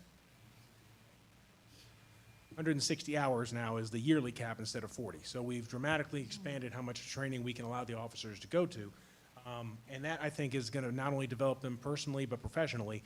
When they go to these trainings too, They get to see other agencies and what they're doing, what Fairburn's doing, and that's also one of our goals is we'd like officers to go out and say, well, we're doing this in Fairburn. We've increased the capacity for the firing range. The pay raise has gone up. A lot of the officers will actually recruit for you when they're in training. When they're going and they're encountering other police officers and other agencies, that's a huge part of recruiting right there. If your people are happy, which goes back to kind of the culture, the building culture that we talked about, they'll do a lot of your legwork for you. Okay. And one additional question for you, Chief. I remember during my first term on council, just going into Oz Pizza, and there were a couple of officers that were eating dinner there, and the one officer said to me, "Councilman, you don't know how blessed this city is. We have," and I don't remember the number, but a lot of the officers that have bachelor's degree and above. Do you have any idea where we're at now with our officers with that level of education? I don't have a specific number for you, but again, I can get that information. On the command staff, myself and the deputy chief are the only ones with master's degrees. That is something I would like to address. That is the Georgia Law Enforcement Command College. I'd like to, once upon a time, you had more master's degrees, more bachelor's degrees. Again, I don't have specifics for you, but I can get that education level for you. And also, just one follow-up, when we have new recruits that come in that have a 2-year degree, 4-year degree, master's degree, is there gradual increases or step levels based on the education? So the priority most recently was to get the starting pay up. We wanted to make sure we got that done. And there are still kind of conversations being had about that. And again, just as in terms of the budget as a whole, there's always what you want versus what you can pay for. So we're trying to be, as pragmatic as possible about giving what we can to the officers where we can. But our priority most recently was increasing the officers' starting pay. But at one point in time, we did have that in there for education. So I would ask that the city administration would kind of review that again, because when you have a recruit officer coming out of the academy that has a 2 or 4-year degree, and he's coming into active duty with this agency, and he's getting paid the same as a high school graduate with no degree, that's a big disparity, and it's something that will also attract those that are more qualified too. So Councilman Whitmore, you must be in our biweekly meetings. That's something that I can start attending if you don't mind. That's something that we've been myself and Mr. Phillips have been in ongoing conversations along with the HR director as far as trying to figure out the right incentives for our officers. Of course, we do want to incentivize those that come in the door, but we also want to extend that incentive to officers that's with us that obtain their degrees. And so, of course, that does have a budgetary impact, but we are looking at that to put together a holistic compensation guide for the city. Well, thank you. And I did not read your board. And let me just say something else. Go ahead, Mr. City Manager. To your earlier question, and Chief will get you specific numbers, the per capita officers nationwide hovers around about 2.5 officers per 1,000 residents. If you use 18,000 as a ballpark figure for our population, that would have us at 45 officers. Today, I believe we have 47 officers if you take out the administrative staff. 46, if approved for the additional detective, it'll be 47. So if you approve the budget, we'll be at 47, which ballpark, again, the chief will do it more specifically. I think we're right in line with where we should be per capita, but we constantly want to keep an eye on that. Oh, thank you for that. Actually, I used the internet. I figured the same thing out, so you gave me the answer. You were almost, I want you to finish your presentation. Go ahead. Yes, sir.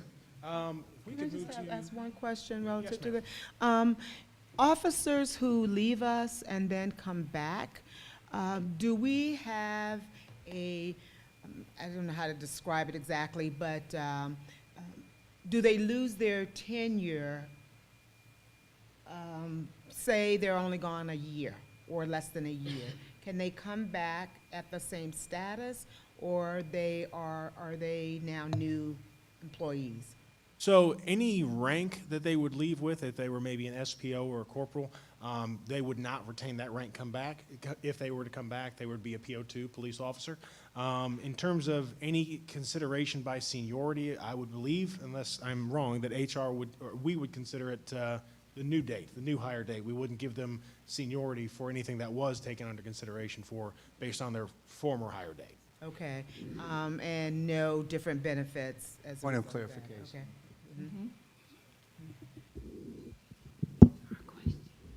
Because that might be a recruitment alternative as well. I know several cities that have done that. So as it relates to their years of service, in our system, we have what we call their new hire date. And if they are rehired, we have what we call their rehire date. But their years of service kind of remains the same, specifically as it relates to pension. So if they are here with us for a year and they have maybe a 6-month break in service and they come back, because we're under GMA, their pension will continue and their service credits will continue. Okay, Okay. all right, thank you. Okay. Go ahead, Chief. Okay, into the purchase contract section. I'd like to highlight just some of the obviously larger numbers first. Yeah. And of course, if you have any specific questions on some of the other lines. The E911 Fulton County, of course, is the first one that catches your eye at $200,000. That is an agreement we have with the county to provide dispatch and 911 services for the city. Just kind of highlighting a few down the line. R&M equipment, that's primarily our speed detection, recertification, fire extinguisher recertification each year. We have fire extinguishers in our vehicles. R&M vehicle, that was some estimates based on our repair costs this year. Equipment, that's our copiers and other equipment around the PD. Telephone, that's your cell phone bill. Jumping down a few, the housing supplement, we have an increase there. We'd like to increase that from 9 officers to 11 officers in the program. That was a pilot program we instituted earlier this year with your approval. Couple of, again, self-explanatory. The training actually is the area, Mr. Whitmore, that I was looking for earlier, about sending some of our command level people to higher training to prepare them potentially for higher ranks down the road. Contract services, obviously that's a big number. I want to go through that a little bit. The Fulton County radio payments is separate from the $200,000. We have X number of radios. Each one of those radios, both the handheld radios and the car radios, have an access to the system. And each radio, you have to pay a fee per radio for access to the system and the network. Another part of that number is the Axon bill. That's body cameras. The body cameras we wear, the cloud storage of all the video. We have unlimited storage of that, as well as redaction features if we need to release some video publicly and redact certain things. This includes Blue Team, which is some software that goes back earlier in the presentation about keeping all of our personnel files digitized and all in one place. That includes review board files. If an officer has a use of force, if they're in a vehicle pursuit, if there's a car accident, all of that is tracked, all of that is kept together. And again, that kind of speaks to making sure that an officer's files are easy to find. We can pull them up very quickly and make sure everything is one central location. Power DMS, that is our SOP software. Anytime we make a change to our SOP, the officers have to digitally sign for it. We can send quizzes out to make sure the SOP, if there's a change in SOP, it's understood. This is a huge increase in efficiency from the old paper system of saying, okay, we changed the words on page 36, and now 46 people signed a piece of paper for it. It's all digital now. Much more efficient. And finally, Flock, which we are big fans of. Flock is our LPR camera system. I cannot tell you how many crimes that we have solved and made significant headway on with the LPR cameras we have. They, as you know, they identify vehicles for us. We can search within the system of if we're looking for a black sedan in a particular area of the city. Those cameras can show us which vehicles that match that description were in that area. Hugely beneficial tool. That includes that annual bill, as well as we'd like to increase. We'd like to add several more cameras at important locations around the city, which obviously I won't divulge publicly. Wellness. I'm going to let the deputy chief jump on the wellness line because this is something that's been a big project for him, and I want to make sure he gets to share it. So like Ms. Champagne was saying, I know that HR has their wellness program for this city. Obviously, police departments, police officers, we're kind of built differently. We experience different things throughout a given day. The essentially what we're trying to construct is a wellness program within the police department, essentially piggybacking off of what HR has constructed for the city.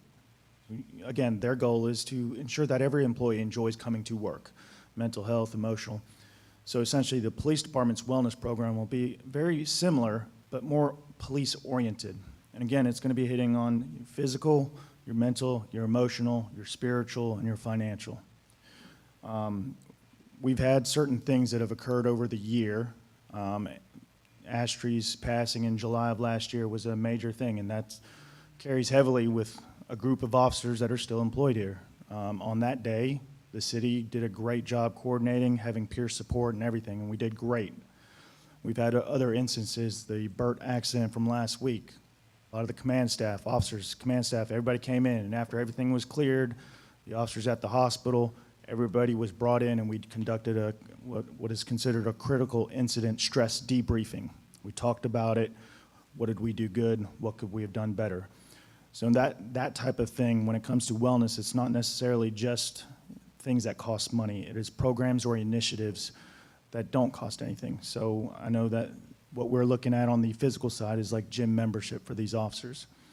The officers work on duty 12 hours. Most times it's not just 12-hour shift they're working. Sometimes it's 13 to 15 hours, depending if they have a late night arrest or a late morning arrest. But providing them the opportunity to go de-stress, give them up to an hour to work out, assuming there's no calls for service and such. Other things that I know we had a meeting today in regards to jiu-jitsu instructor that's offering his time.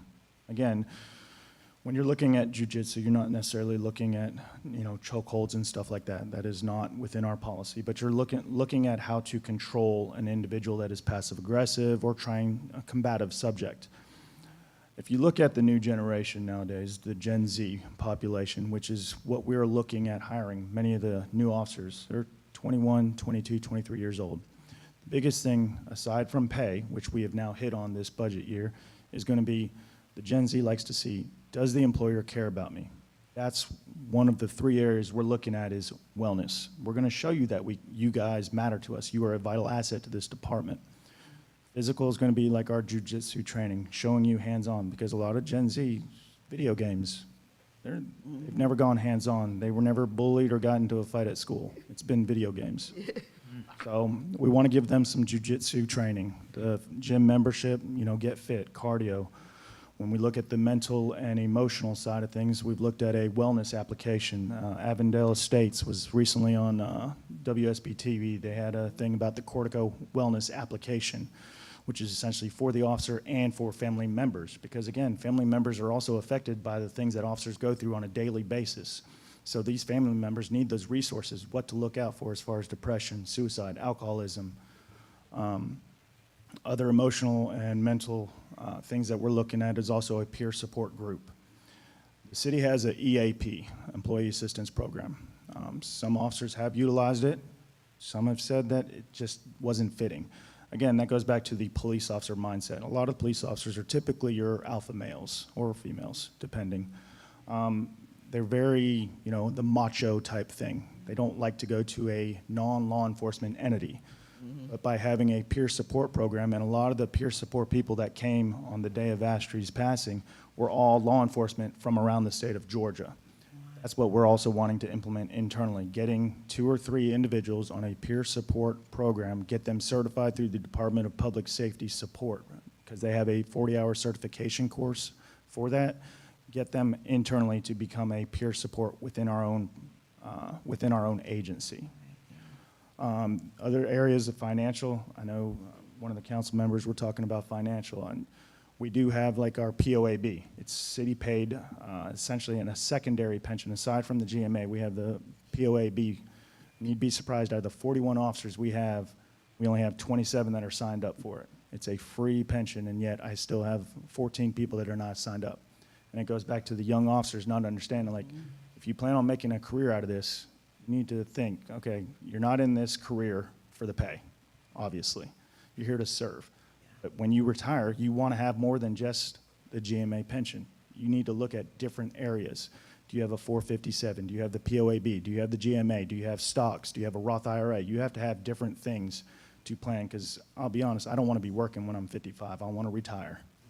So, and then of course the spiritual is the other area that I want to hit on. We have 2 police chaplains, but in my opinion, and Chief would agree, we haven't utilized them to the degree that they should be utilized. They're incorporated with our command staff meetings. We've invited them to certain events and such, but I don't think we've capitalized on what they can provide on a spiritual aspect, because we do have some officers that are very spiritual, and we just need to provide that. When we did a survey a couple weeks ago, I did a survey that was pushed out through Power DMS to all the patrol officers, and the feedback is overwhelming that they do want to see certain things. The jujitsu, they would love to see like a chiropractic, lunch and learns. And I know that HR has held a lot of these functions, but with police departments, with us, the uniformed patrol officers, the reason that from a police standpoint there hasn't been a large presence at those functions is because you got to remember these officers work 12-hour shifts. There's what we consider 2 shifts that are off, and then 2 shifts that either one's working morning, then one works at night. So when there's a function in the city, you're going to only get 25% of the uniformed officers that are available, that are out on the streets that could come to the event. The other 75%, half of them are sleeping, and the other half, or the other quarter, are off. Yeah. Are they going to want to drive up to the city for a 1-hour event? So having a wellness program within our police department, essentially be able to where I can gear things when we have mandatory in-service training, I can implement something like a chiropractic lunch and learn for lunch in between our 1 day full of mandatory in-service training. So again, aside from the pay, which I think is going to be a big boost, most of us understand that pay is not the end-all be-all. At some point with the arms race that is going on, we will slowly go decline because, again, LaGrange has already gone to 60,000. Troup County followed behind at 59,000 starting. We need to instill programs that are beyond just what is pay. I want people to come here, wake up, enjoy coming to work, enjoy working for the city of Fairburn, and it comes down to the leadership and culture that we implement. We have to have outside programs aside from just your net income that you bring home. And ladies and gentlemen, because what's going to happen, I'm looking at how many other departments we've got to go. Yeah, I know. And you're only 2 out. You're already 2 hours in. 1, 2, I'm counting. So 4. Yeah. planning and zoning would be next, and then that would be approximate halfway through at that point. So the total of how many presentations left? Remaining, Yeah. 1, 2, 3, 4. You've got 4 more departments, but some of them have more than one division. Okay, so what's going to happen, I'm going to go ahead and let you, but we'll have to speed this up unless y'all want to read at midnight. I understand. That's my only Okay, question. so go ahead, and then shortly after this question, I've got to allow, I'm going to allow a break because some of us have to use the restroom. Okay. Go ahead. All right. Just quickly, Chief. Yes, ma'am. One of the things that I'm very proud about in reference to our police department is that you're so community-oriented. And we have not talked about some of the programs that you have for the community. Can you just share quickly a little bit about some of those programs? Absolutely. That's a great question. First and foremost, we have our House Watch program. If you're going on vacation, if you're going out of town, too many people still don't know about this. We will come check your house. We will walk around your property and pull on your door to make sure it's closed and locked. That is 100% free. The city's provided that for years. Number 2, we have at least once or twice a year, we have our Coffee with a Cop. Most recently this year, it was at Sierra's over at near 74. We have, of course, we just passed a National Night Out program, which was reinstituted this year. At the end of this year, we'll have our Shop with a Cop program. Coming up, the Fairburn Fall Festival. On that day, running concurrently with the parade and the festival, we'll have a tent set up. We'll have a police presence out there for National Faith and Blue Weekend, which is a collaboration between the faith communities and the police department. That's a nationwide initiative that happens all through the country. We do women's self-defense courses. We do senior self-defense courses. Myself and several other people teach active shooter courses. They call it active attack now, but what's traditionally been known as active shooter. all these are free. We just need you to call us, tell us where and when to meet you, and we can do not only training for the public, we can do community events like when the officers go to school, career day, just really you name it, and the police department's been involved with these kind of things. And citizen engagement is a big part of what we want to make sure we're doing moving forward. Not just, you know, 1 or 2 events a year. It's going to be a constant thing where the police department's out there getting involved with the community. That's the vision. Great, thank you. And so, Chief, you almost finished, because Yes. I want to try to, okay, can we take a 15-minute break, according to my watch, that's 15 minutes from now, so it'll be 2 minutes after 7. And we'll come to the next department after that. Ms. Goodine will help, but we also have Jason's Deli food for everybody. Okay, are we able to pass it out? Yes, we'll take care of that now. Okay, go ahead. We're taking a break. We're taking a break. No, And they're gonna have guys done? food. Are you finished, Chief? Okay. Yeah, he said he finished.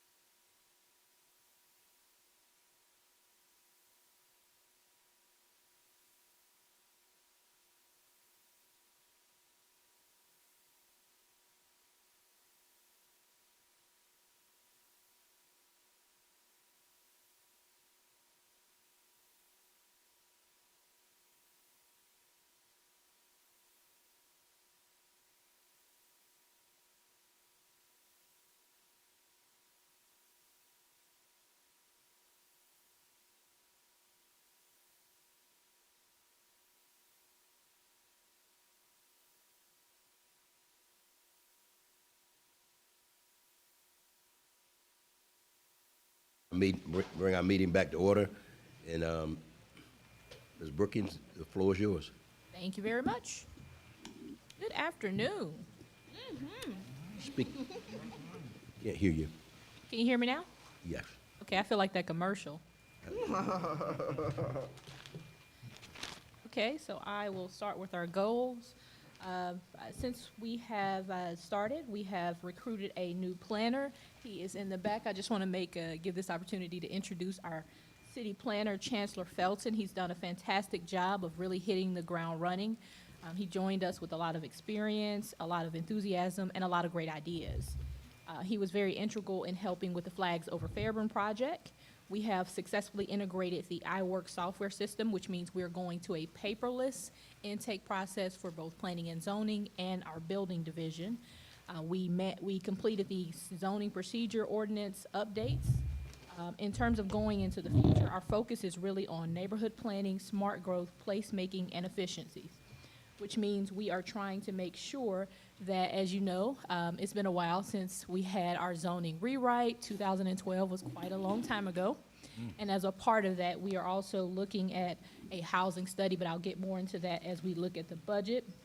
We will always continue to look at ways to evaluate and improve our procedures as it relates to intake.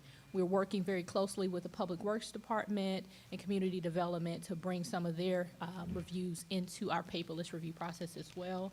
But we also really want to get into the neighborhoods and start working with residents to kind of understand what they want to see happen in the future. And you know, if the biggest crowd you get is during a rezoning, you want to make sure there are opportunities to meet with the public on unrelated issues, just to understand their vision as we look at that comprehensive plan.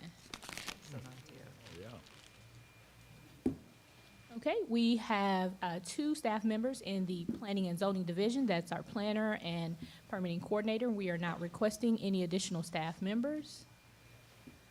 In terms of the request for the upcoming budget year, we have some items under professional services, including the market study. We want to look at what our housing demand numbers are. We want to also look at affordability. A housing market analysis will give us that data, a true kind of high-level analysis of what our housing market is doing. We can use that information as a part of that zoning rewrite to look at areas where, you know, potential density and what we're doing in terms of our zoning ordinance to reflect some of those housing goals. The other item is impact fees.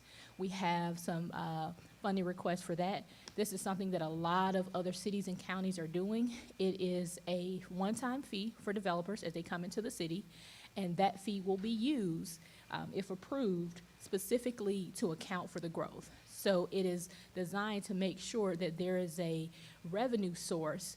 So if you're doing capital projects related to public safety, related to parks and rec, all of those revenue sources could be used to help account for the growth that you know will happen with that new development. And this is sort of just to kind of get that feasibility study, and we'll have a team of experts kind of explain what that is, and you can figure out kind of where you're comfortable with. If you decide after looking at that feasibility study that's not something you want to do, we can certainly, but I think it's something we should put on the table because it's what a lot of other cities and counties have done to make sure that they're meeting the demands for future population. The other items under special projects, we have things like the mural underpass, we have art events, film festival, and again, neighborhood planning. We want to get out into the community a lot more, meet with some of the HOA neighborhood groups, and really start conversations about what their vision is. That's great. Office supplies, gasoline, books. Are there any questions about any particular item that's listed in that request? In the splat, I'm sorry, I hear you. Yeah, any questions at this? Any questions?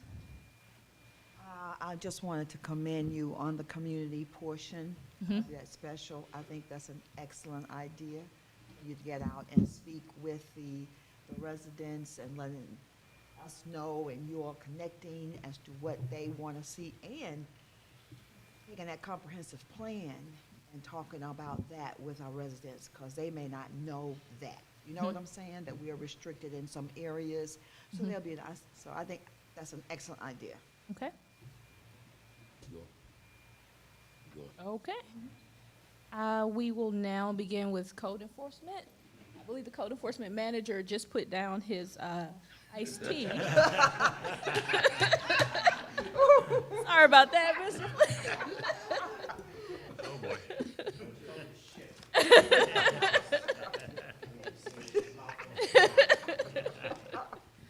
Okay, in terms of highlights for the Code Enforcement Division, we of course hired our Code Enforcement Manager who's been doing a phenomenal job. We've established tracking systems, updated our compliance process, established a performance review system, identified properties that are short-term rentals. We have implemented some standard operating procedures and policies, developed training and professional development, and begun drafting the code enforcement districts, which is something that a lot of other local governments have. I think it's really helpful in terms of having an efficient code enforcement staff and allowing folks to have a specific area where you can really cover. We also did a piloted public portal for complaints so that we can address those. In terms of going into the future, we are trying to increase the code enforcement officer certification, again, along with what we're doing in planning and zoning, identifying HOAs and conducting meetings, securing arborist training for one or more code enforcement officers, launching a blight abatement program, and continue to track a number of safe and unfit properties, and providing rehab services with a community home repair toolkit. I take absolutely no credit for that. That was the idea from our Assistant City Manager, Ms. Chris. She went to a conference and provided us with all the tools and resources that we needed to really get this program up and running. We're simply trying to get funding for that. We establish, and we are going to continue to establish those baseline goals and key performance indicator. In terms of our focus, it's really about engaging the community, efficient protocols, and safety for code enforcement. In terms of our request for code enforcement, we really want to create that opportunity for growth. So we do have a request for a senior code enforcement officer position. We did do a deep analysis of our population growth estimates, and we compared ourselves to other local governments, which is why at this time we're not asking for anything other than the senior code enforcement officer position. In terms of purchase contract services, that animal control quote came out a little bit larger than last year, so I want to make sure to highlight that. We have increased requests for travel and training. That's really going to be our focus, making sure that our team has all the resources they need to be successful and all the training and certification so that we can give each and every one of our community members top-notch service. Of course, because we are increasing staff and they are really going out in the community more, that gas bill is increasing slightly, and uniforms and small equipment. Are there any specific questions about anything on our, sir? The question I had for you was the drastic increase, I guess in this case of, I would just say citations or warnings or whatever like that. My question, and maybe in this case with Lisa still being here, I was trying to figure out how's that correlating to in the court system? And the reason why is that I know one of the concerns I had in my first term was that we were probably not giving up enough citations for folk that just blatantly disregard code enforcement policy or whatever like that. My position to you, and I'm just basically asking that probably in the open up, is that I'm trying to figure out, are these people actually getting fined or when they go to court? Because my goal was by the time code enforcement gets to the courtroom, we've done everything we can do other than saying, guys, other than the judge to say, guys, they're going to be on the call of duty to get you correct. You clearly don't want to obey the law. So I'm trying to make that's my goal of code enforcement. I make that no secret. Yes, sir, and I completely concur. To accomplish that goal is a team effort. Court Services has looked at every of the sections that are common code enforcement violation, and they are reviewing all of those fines. We have started monthly meetings with the solicitor so they understand kind of when the case gets to her desk, the code enforcement officers have exhausted all available resources. That's why we're trying to make sure on the front end that when we give it to the solicitor, that she understands this is the comprehensive case history, this is the opportunities that they have been given, and she also has an opportunity before court to talk to the code enforcement officer to really understand the scope. So it's working with the solicitor office, updating our codes and also working with court services. And just so members of council, so you'd understand what my objective is, as it relates to, I think you heard me during my state city address, I talked about code enforcement this year would be a primary focus for me because, number one, that's a direct impact to your quality of life. Number two is a direct impact as it relates to, we just saw this place packed to capacity talking about housing. And so in this case, the worst thing you can happen is have upscale housing or housing come in and only for the place to turn in 2 or 3 years blighted property or just the slums. And so I had this is really a problem to me personally. I won't identify, but there was an area in our city in my last administration, and I made it clear. I had the vendor here, and I told him the last time you built in here, I said, I pointed straight to the property. I'm a little more politically correct today, and I told him, I said, it looks like a bunch of trash. And what I realize now, the missing link, that period was the code enforcement. Yeah. And so that's an area I said I won't make that mistake this time around. And so my whole goal was, just so you understand, if we've done all we can do, and that's why I think me and you had a conversation, or me and you did. I was asking, hey, is there a reason why code enforcement not asking me for 2 more officers? Because and so I'll stop right there, Mister. I'll stop right there. I guess that was my cue. Mayor, you and I started out in the same place when Ms. Brookins and Mr. Fleming first came to the budget meetings with staff. I was looking for more code enforcement positions, but what I have a high degree of confidence is the competence of these 2 people. Code enforcement is kind of near and dear to my heart because I spent a number of years doing that with the county. And what I know is that code enforcement today is far more productive and efficient with the same number of people because of the training, the organization, coming up with the appropriate zones, managing them effectively, implementing iWorks, all the different steps they put in place. So we're getting a lot more production out of the same number of folks. They are focused on training and continuing that enhancement process with the existing staff to continue to move that productivity up and adding a position. And so they convinced me, Mayor, that was sufficient for the upcoming fiscal year. We'll review this consistently, even at mid-year. And if we need to add more positions, we're always going to have that conversation. To your other point, the other thing that has really been a significant improvement is they are doing an outstanding job of trying to gain compliance through code enforcement and not the court. So let me elaborate on that for a moment. It's code enforcement, but they don't start out with a citation, as most of you know. Their first effort is simply to make you aware through what's called a notice of violation. A lot of people don't know what code violations are. But you have an issue, and they give you ample time to correct it, bring it into compliance. They will oftentimes, if there's reason to do so, provide an extension. They'll go out, they'll stay in conversation with the property owner and do everything they can to get compliance, which is the real goal, right? Our goal is not to send people to the court.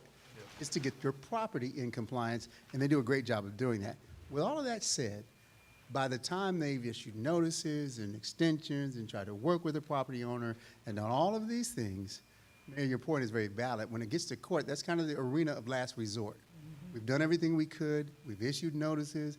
We've issued extensions. We've tried to work with the property owner. All of that has not proven effective, and so court is kind of that last resort. And at that stage, our hope is that there would be some leverage that the judge has that we don't to get that person to comply and to come into compliance. And so it is a systemic process. As Ms. Brookins mentioned, all the pieces have to work together. They're being proactive. There weren't meetings with the solicitor before. And by the way, that's good. It's because I've done it, it's frustrating as a code enforcement officer if you put 2.5, 3 months in a case trying to get it into compliance, and you've gone notices, you've gone out taking pictures, you've revisited, you've re-inspected, you do all that, and then at the end of the day, nothing happens. It makes you feel like your work was for naught. And so for the system to work, we need the entire process from beginning to end to work. And so 80% of the time, if we're fortunate, we gain compliance without ever going to court. For that other 20%, for whatever reason, don't do it, at some point, a violation has to have a consequence. And so that's how the system should work. I think they're doing an outstanding job. Kudos to both of them and to the code enforcement officers who are out there doing every day. I think we mentioned this in a council meeting, but was it last month or the month before we had 437 cases in a single month? Code enforcement. Yeah, so they're productive.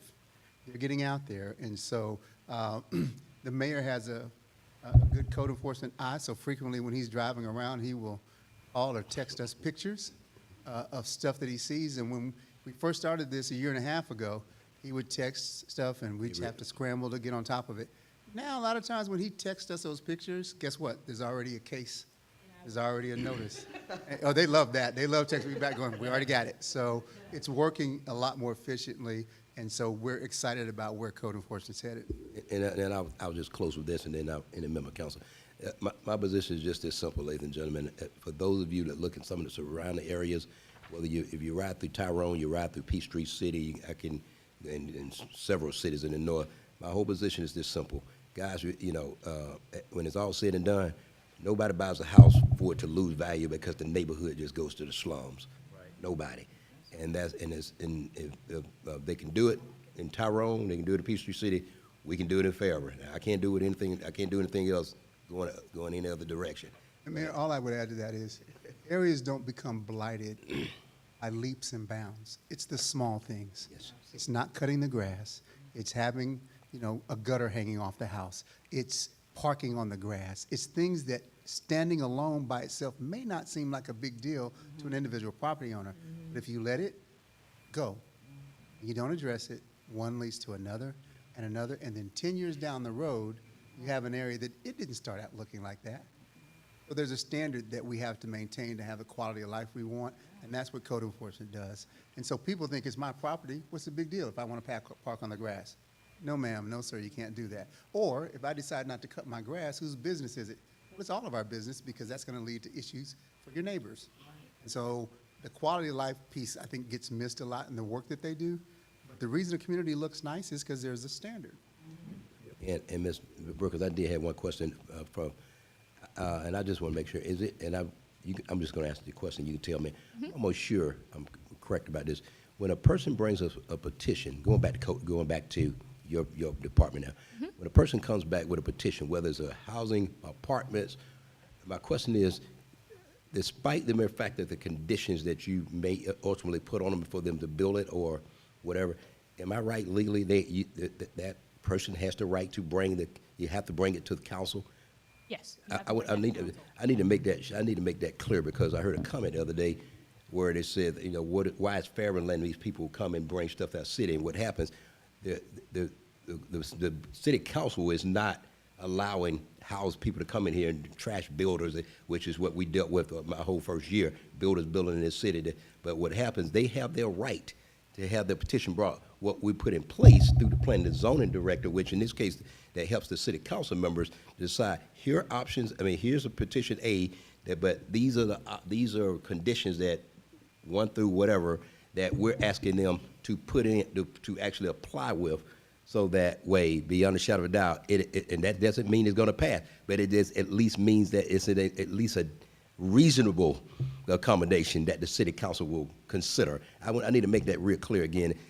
If it was up to me, we wouldn't have any harbor builders coming to the city. I don't have that legal right to tell them they can't come here, but that's what this department is for. And I just make sure, since we're dealing with that, that I think that's very important, because again, a lot of people, for some whatever reason or other, assume that council members or whatever, how in the world y'all gonna sit here and let somebody bring this trash in the city?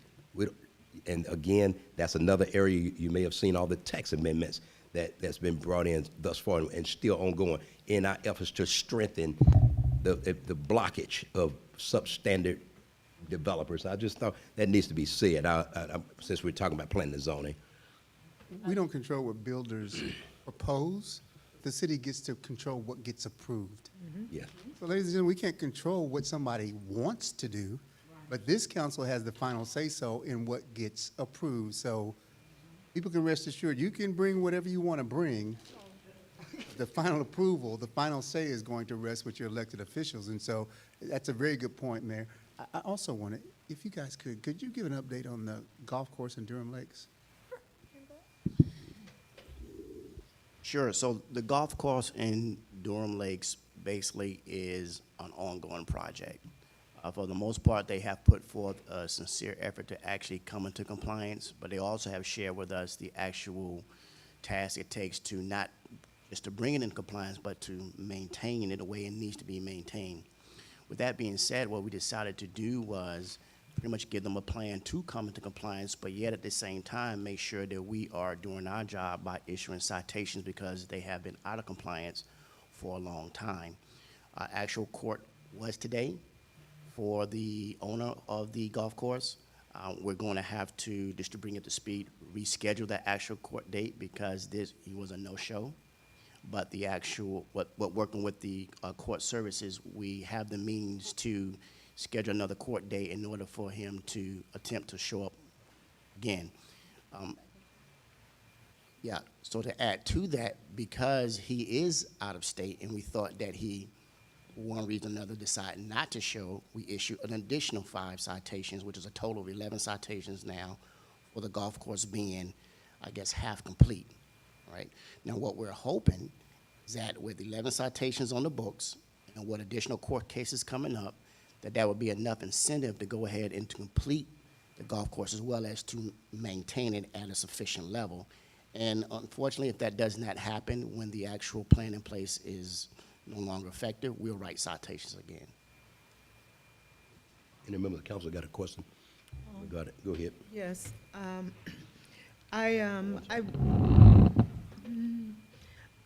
It's good to see both of you again, and thank you again for the ride-along that we had. Learned a lot, about how code enforcement operates and some of the issues that you have to deal with. So I truly appreciate that. Part of the conversation we had during the ride-along, I talked about the need for education, because code enforcement is still obscure. People really don't, they know what it is, but then they don't know what it is, right? Or they don't know what things are under it that they are responsible for and need to comply. So I would encourage some kind of ongoing communication about who code enforcement is, what your responsibilities are, and the kinds of things that we as residents need to be in compliance with. And especially about permits to do things, right? Like cutting down a tree, like putting up a fence. And because I'm seeing a lot of activity on some things that I know probably did not get a permit to do. So, let's just start with the education, that coupled with code enforcement checking in to see if they've, acquired the necessary permits, to do the work. Would be extremely grateful and helpful. And any type of community-oriented programming that you guys can do, so people would just become familiar with, who you are and that you're not this big bad wolf, right? That shows up when there's a problem. So I encourage that. And then before you respond, let me just this one last thing is, I'm also happy to hear that you have submitted requests to hire a consultant for impact fees. That is something long overdue in this city. And I had the pleasure or displeasure, depending on when you ask me, of hearing a city go through that whole impact fee process and the discussion of the consultant's recommendation and all that. So there's some pros and cons to that, but nonetheless, at the end of the day, it's still a good idea, and that's something we need to have in this city. So I want to commend you for that foresightedness. Mr. Whitmore, you had a question? I thought she was getting ready to answer. Yeah. I'm sorry. Go ahead. Programming, I guess. For the programming piece, yes, we have a particular focus on working with the community, improving communication, and I am proud to say that along with a code enforcement division that will make sure that people are held accountable, they're also engaging with conversations with the faith-based community to go in and help those in need who just might not have the resources to be able to cut grass or paint the house or do those things that are just kind of low-hanging fruit that just happened this week. So I'm very proud to to say that the Code Enforcement Division under Mr. Fleming's leadership has already started those conversations. Fantastic, thank you. Mr. Whitmore? Thank you, Mayor. Can I add something to the educational piece? Councilman Whitmore, and I'll hand the floor over to you. Compliance is our goal.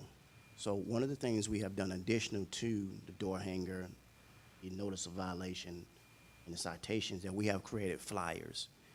And in some communities that definitely need it, the flyer basically identifies who we are as code enforcement, and whatever that issue may be, especially if it's, I guess the example I can give is dealing with GFL when it comes to pickup of bulk trash or debris or furniture of that nature.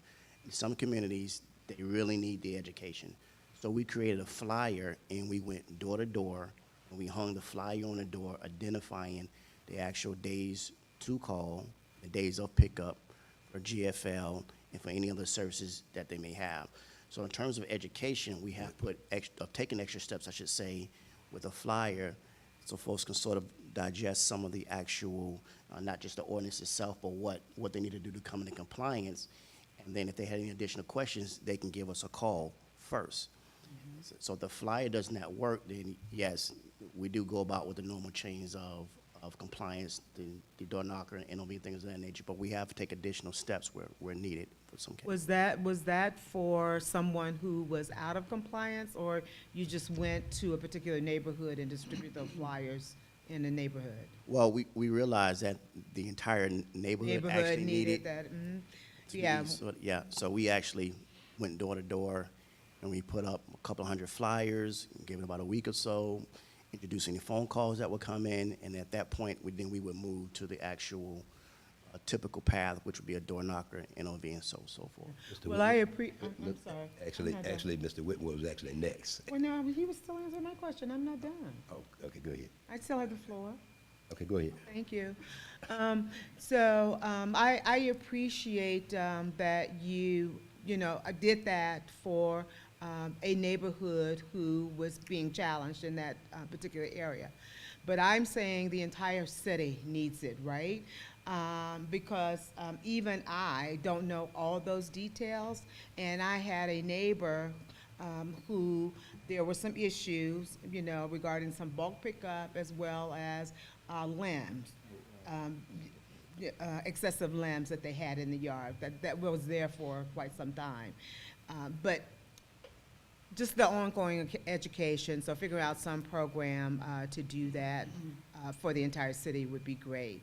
And then lastly, code enforcement, if, like some of the other departments, I am sure you're in need of Hispanic language, right? You're encountering, how are you dealing with non-English speaking residents?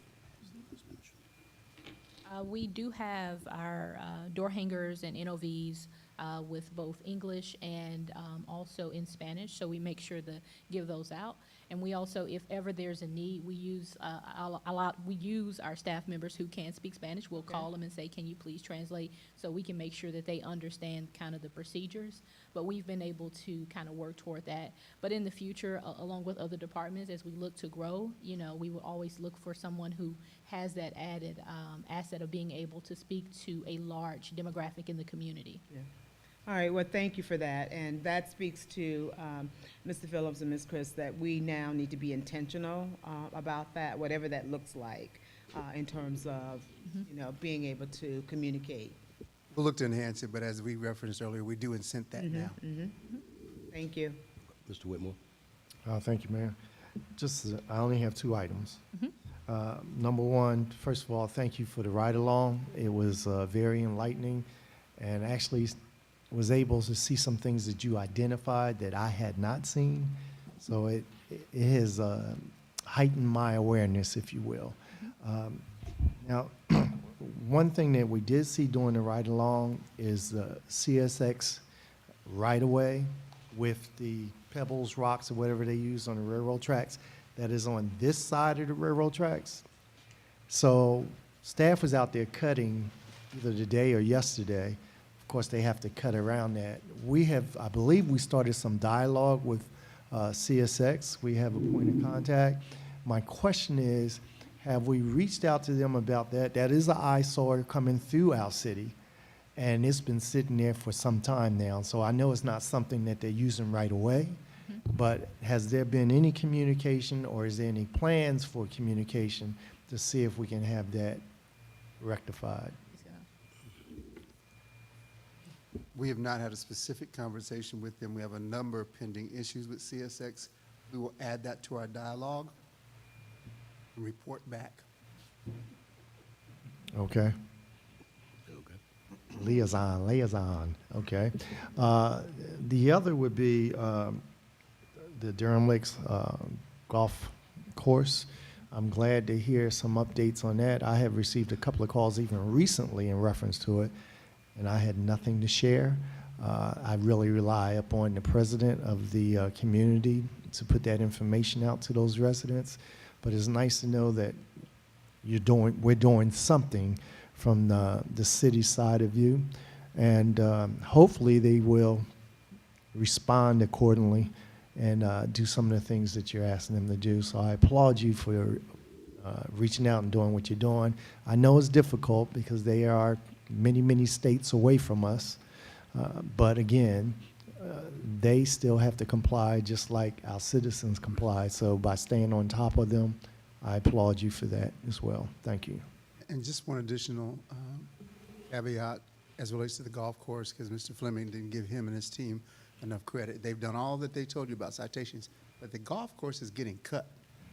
There are areas of the golf course that hadn't been cut in, goodness, I don't know how long. A couple of So years. I've gotten emails from some residents in Durham Lake saying, thank goodness, I actually see someone out here cutting the golf course. It's a huge area to maintain, so everything that Mr. Fleming said has to continue.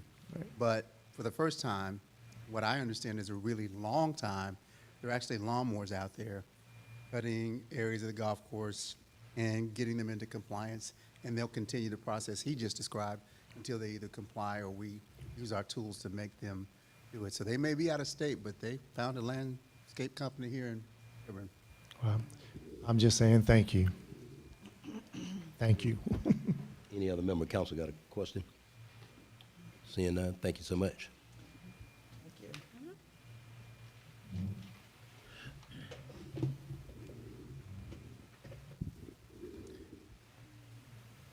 And Who's our next? next presentation is from Economic Development and our director, Ms. Sylvia Abernathy.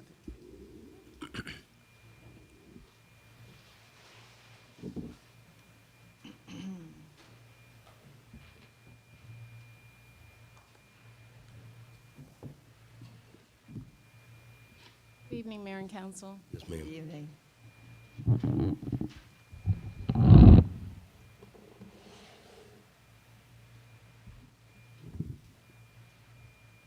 I'm getting my phone together. I left my glasses, so I'm doing a makeshift highlighting. Okay, awesome. I want to start off and give some kudos out to my team.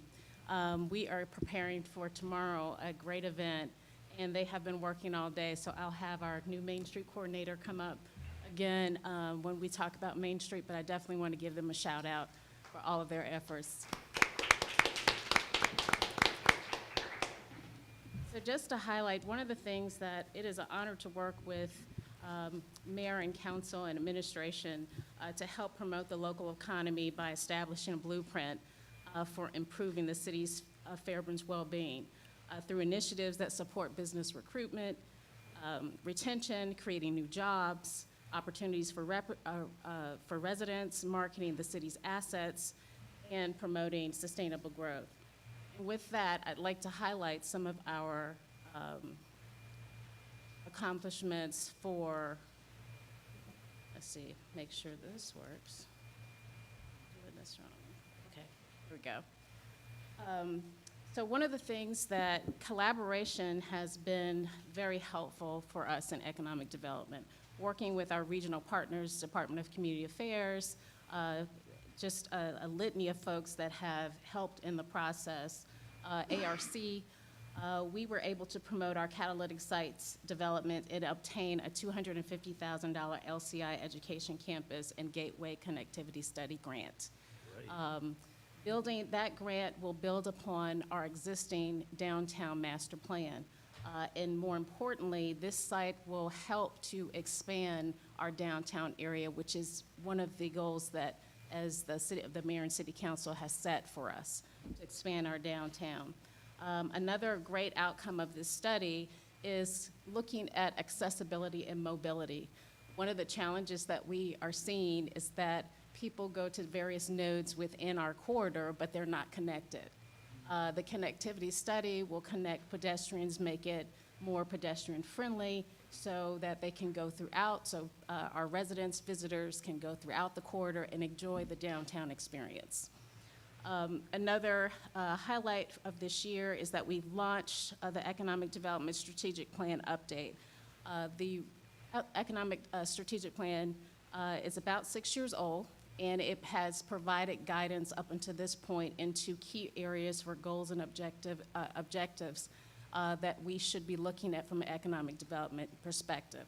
More important, it gave us some key analytics and data regarding what our growth industries are, opportunities for workforce development enhancements. But again, that document was relatively dated, so this update will allow us to hone in on some of the new advancements, the changes in our local economy. One of the three of the key industries for the city of Fairburn have been transportation and logistics. Advanced manufacturing, of course, is emerging, but management is also a key area, administration and management. So that plan, again, will help with us having a rifle approach in terms of our next steps. Promoting workforce development in Fairburn's emerging industries. One of the things that we are very proud of, working with our South Fulton Chamber of Commerce, we were able to bring Carolina Handling. That brought in 100 new technician jobs, excuse me. But another project that we worked on, our administration, we successfully recruited an advanced manufacturing company called Resia. And Resia, it is a module company that builds modules for apartment homes. That will bring an additional 120 jobs. Wow. So through our incentives, through promoting, that was an accomplishment for City of Fairburn. They signed a lease in South Park, and they will be opening sometime in September. Awesome. Great. Another thing that we've done, we've learned through our workforce development. As economic development team, we go through ongoing training and assessments. And youth immersion projects are very important to workforce development. We're happy about our partnership with Global Impact Academy. We have done some work also with Campbell Elementary School and Landmark. We are looking forward into this new year to expand our programming with Georgia Military College, but the key is to start early. This year we had a student-led or a mock city council meeting, and the students are still raving about that opportunity. They learned a lot about, and there are some folks, one of the guys said he wants, I think he shared with mayor, he wants to be mayor one day. Yes, so, and that's something his teacher said going into the process, he wasn't even talking about. So again, that's a part of that early education and career planning. Of course, we want to be more, connect that also with some of our growth industries as well. Another program that's a part of our workforce training is the Adopt a Planner program. We'll talk about that more with our Main Street. Another highlight is we implemented the Small Business Grant Program. Our businesses cannot be more excited about this program. This program will offer between $30,000 and $38,000 to businesses. We are already getting tremendous feedback about those who are interested in this grant. They will use it for expansion. Some of them will use it for operations. Some of them will use it for additional staff. Yeah. So our just thanks to Mayor and Council and administration for that program, because the folks are very excited about that. That's great. Initiated the Development Authority Revolving Loan Program. This came as a result of what we're trying to do with the historic bank building. We believe that we will be able to bring this closer to where we need it to be by the end of fiscal year 2023, and hopeful that we will at least be able to get phase one in place in fiscal year 2024. The revolving grant is something that we offer to our businesses. It's a small business grant that local governments can qualify for if their populations are less than 100,000 people or the development is in a key historic site. In this particular case, we're working with the property owner to use those funds as a stackable bridge loan that they can go ahead and get this project underway. We also have implemented major tourism events and expansion of Third Fridays on Main Street. Main Street, the Third Friday concerts began for businesses. Although we have a good time with the entertainers, it was a way to get people to experience our downtown after hours. So now it's expanding. Not only are our businesses excited about their retail increases, we've had some upticks between 15 and 20%. When businesses are restaurants downtown, but it's also encouraged retail. I want to highlight Restored Promises was from Third Fridays, and although there were some reasons that they closed, it was also a new business from Third Fridays, which is Candles Within, came to be a part of that new location. So those businesses, that opportunity to connect with the public, to let people who would not otherwise know about their products. At these events, these vendors, or some of them are online, this gives them, most of them talk about how they sell out. So that's why we're real excited about, yes, our residents have fun and they enjoy the concert, but our businesses make money. That's awesome. Yes, We're awesome. excited about that. Yeah. Lastly, one of the key initiatives that both Mayor, Council, and administration wanted, Georgia Renaissance Festival has been one of the top festivals in the state of Georgia and within the region. And one of the challenges is people were not connecting it to Fairburn. Right. So we had a meeting with the leadership of Georgia Renaissance Festival, and we launched what's called Ren Thursdays. So when the festival is going on, the festival comes down to downtown Fairburn on Friday. Our first event was sparsely attended, but people were excited. By the time we finished, we had about 120 teachers from Global Impact Academy and their students on the last day of school that came down and enjoyed Georgia Renaissance. And it was absolutely amazing. Georgia Renaissance team was very excited about that project, and they want to commit or connect with us moving forward. So that's going to be an ongoing program.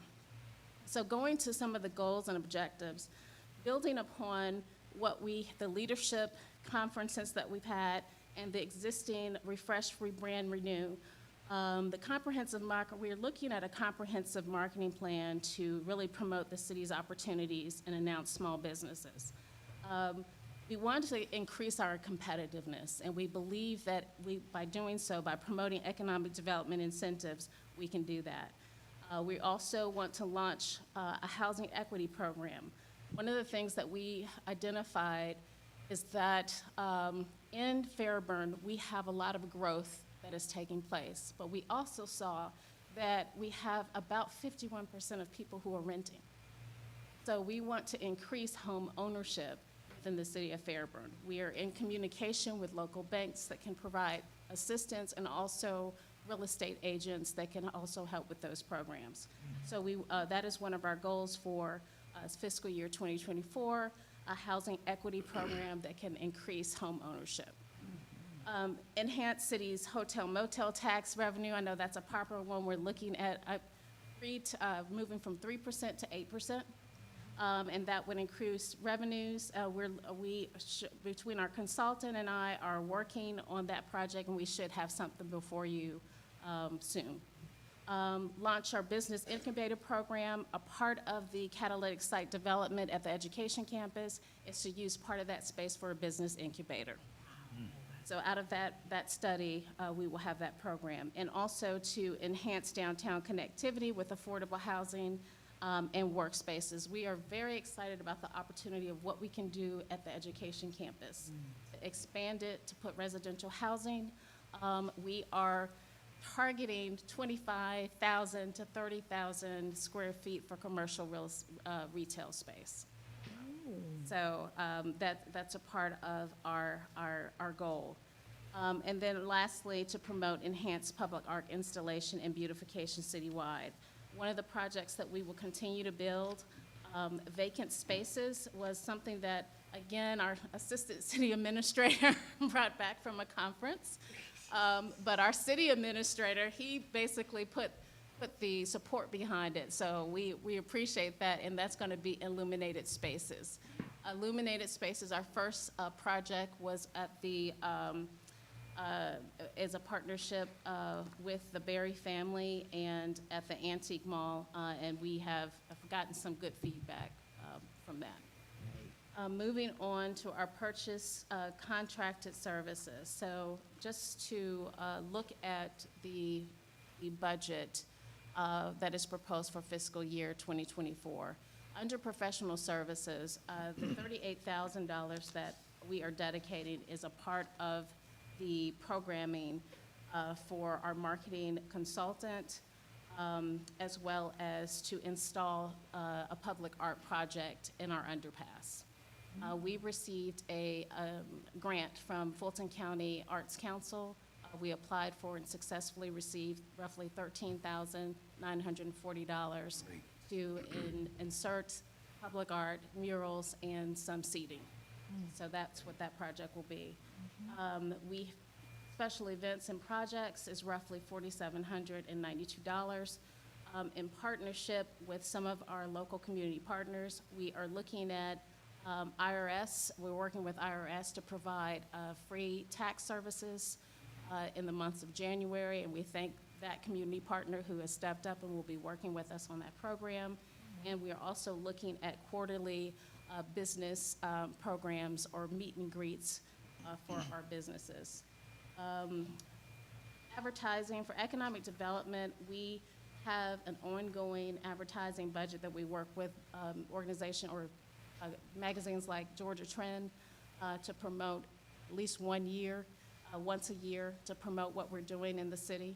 Awesome. So that, yeah. That's So that will be a part of that budget. Just to highlight other contract services, those, that will be to implement our economic development plan budget. So the economic development update, although we have come to a point where we've issued the RFP has closed. The actual plan update, those are the funds to do that with, to pay the consultant.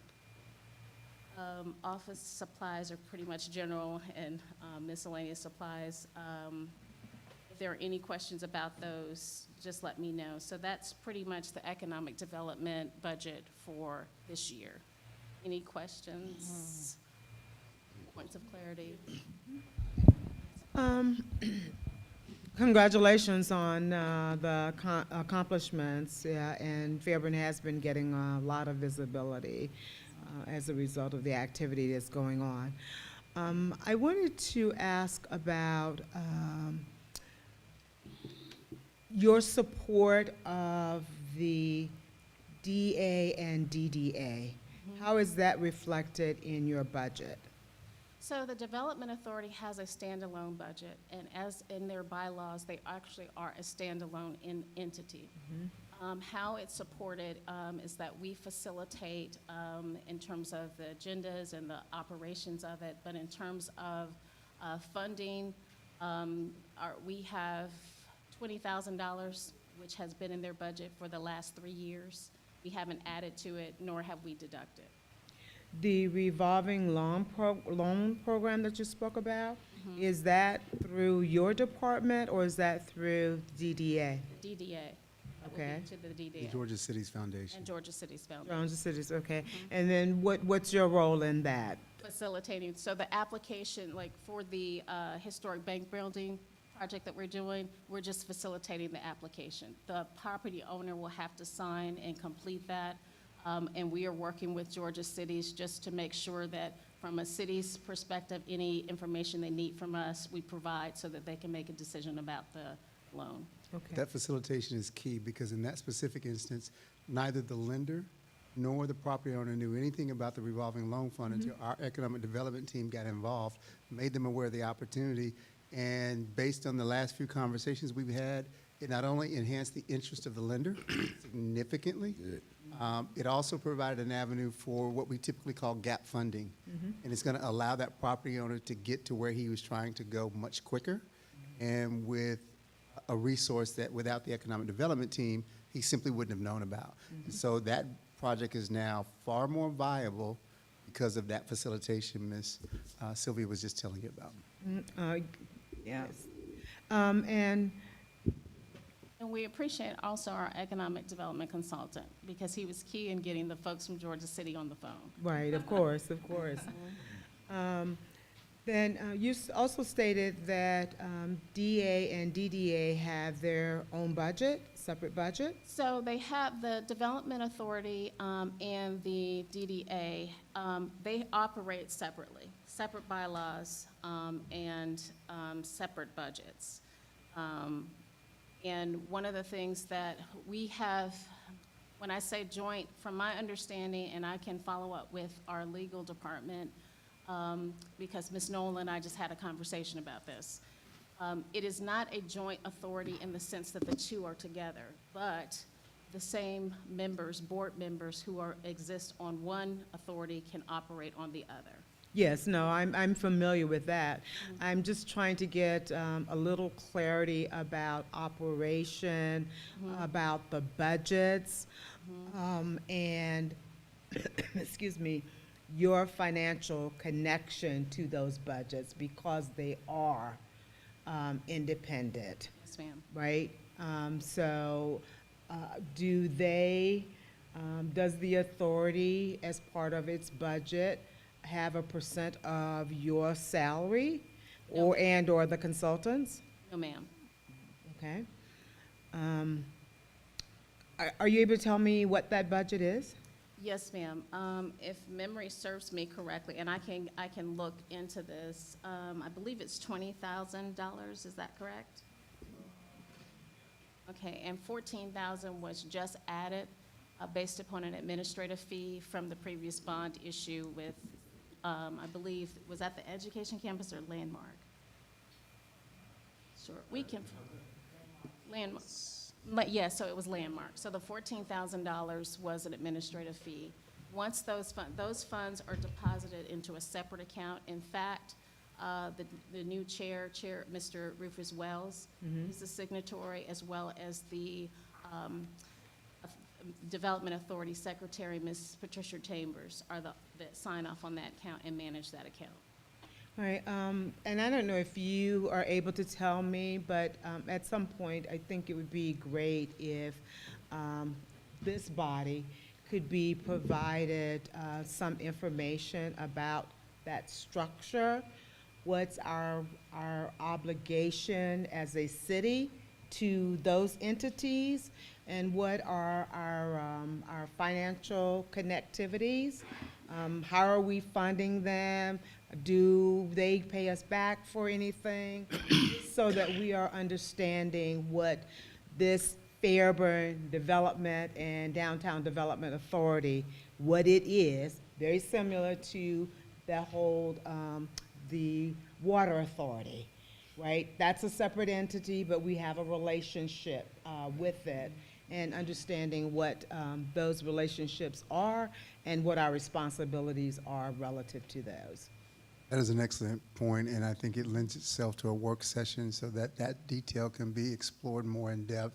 As you correctly noted, statutorily, it is a separate entity. And so there are some synergies between their budget, but we don't manage their budget in the way we do a city department. And We so fund their budget. Or are we loaning them money No, until they we're get not loaning them established? money. Well, how did they get the 20,000? So that's what I think a work Okay. session would be there, Okay. but it is a separate statutory entity. They have a separate bank account. They're not managed through finance with Mr. Stevens. Mm-hmm. It's a separate entity, but you're right. There's some legal questions there that I'd like Ms. Noel or Mr. Starkey here to kind of clarify statutorily how that works. But I think a work session would be appropriate for them to delve into that degree of detail and see if we can't get some clarity there as to how the two entities, they clearly work together and have shared goals, but there are some distinct separations there as well. Absolutely, absolutely. Well, I appreciate that, and I hope it happens sooner rather than later, given the increased activity that is going on. I think we have a fiduciary responsibility to understand, what those relationships are and what our responsibilities are relative to it. And if there are none, then we need to understand that there are none. I think and there what that certainly are, means. yeah. Okay. And your timing is really apropos. We'll make that happen in fairly short order. The Development Authority was not functioning the way it is now. in No, it recent has a years. long sordid history. Right, and yes. so it is functioning in a viable fashion now. So your point is well taken, because they're now doing the work the Development Authority should be doing. We need to clarify, and we will certainly make it a point to get that work session on the calendar. Okay, I'd appreciate that. And then, Ms. Abernathy, talk a little bit about the Business Incubator program that you talked about. What's that vision? What does that look like? Where are we talking about housing it? How much space? What type of businesses that are Yes. going in there? So right now, we are at the exploratory phase. Okay, And we are because with our buildings director and city administrator, we're still mapping out which properties on the campus will be available. But with that said, the connectivity, the gateway, give it the right name, the Education, Expansion, and Gateway Connectivity Study will look at best practices in terms of creating and making recommendations of the program. We're hoping, because we have every day we get calls from businesses that need help. They're not quite ready for brick and mortar, but they need a litany of resources. So through this program, we're hoping to have a place for all of those different businesses to come, have the resources they need until they're ready to get into brick and mortar. and I would also suggest, if you look into pop-up businesses, right? Someone that wants to go into a restaurant, if they're at that phase, have a pop-up restaurant for them to get that experience, short period of time. And several cities have done extremely well at that. And I had that experience in Pittsburgh, actually, a warehouse area where all of the businesses that are in that warehouse are pop-up businesses. Wow. To give them a period of time to, learn the ropes and then, the city is kind of the undergird that just props them up to do it. So that's a great idea, and I encourage you to look into that as well. All right, well, I have a lot of other questions, but I won't, I'll reserve those for later, but thank you so much. Thank you. Mr. Whitmore, you had a question? Thank you, Mayor. Good evening, ma'am. Good evening. Well, I want to commend you and staff on going through and looking at all of our empty businesses or empty buildings that's available for businesses. I think by you having that information readily at hand, it helped with, am I allowed to say? Okay. It did help with the meeting that was held to communicate with this Atlanta-based law firm that was looking to open up here in the city of Fairburn. I can tell you that when I bumped into him a week or so ago, he did reiterate that they are really excited about coming to the city of Fairburn, and the fact that the first place that you took them to, They said, this is it. This is where we want to open up our doors. So that's a plus. So that just lets me know that there are some future businesses that will be coming knocking on the door. And by you having that inventory readily available at your fingertips, it's going to just assist in a great way. So I just want to commend you and staff for putting that empty building inventory together, because it definitely helped out. So just wanted to thank you for that. Ms. Davis? Yes, thank you, Mayor. First and foremost, I think you're doing an outstanding job in the position that you're in. I don't think people in Fairburn realize how important your position and how you use your position with connecting with other resources and other entities to get things done here in Fairburn. I hear your name and your reputation is stellar outside of Fairburn. So I just want the people here in Fairburn to know what an integral part you play in our business development, in getting Fairburn noticed and getting Fairburn in different magazines. Georgia Trend, that is huge. So I want to congratulate you on that. And one more thing, it's a lot I can say, but due to time, I'm not, and it's all good. The Renaissance. As long as I've been here in Fairburn for 28 years, lived here. And I've never, and this is before I got on council, it's like, why does Fairburn not take advantage of that knowledge of the Renaissance? Everybody knows about the Renaissance, but Fairburn is not connected to it. So I always wonder why we couldn't capitalize on that. And you have done that, the start. I think there's an opportunity for it to grow and expand, to get the people that come to the Renaissance to track along downtown and visit our businesses and our eateries and everything else. So that's a great start. So I just want to say, keep up the good work. You are really doing an excellent job, and I appreciate it. Thank you. And I'll just add, because you still got another presentation, right? Yes, sir. All right, let me stop. Just real quick, I just wanted to shed a little bit more light on the great work that Councilman just referenced, and that economic development has done an outstanding job in bringing a new law firm to our downtown corridor, who are actually out of Birmingham, Yes, sir. Alabama. They were looking to come to the Atlanta area for a number of years and started putting out some feelers.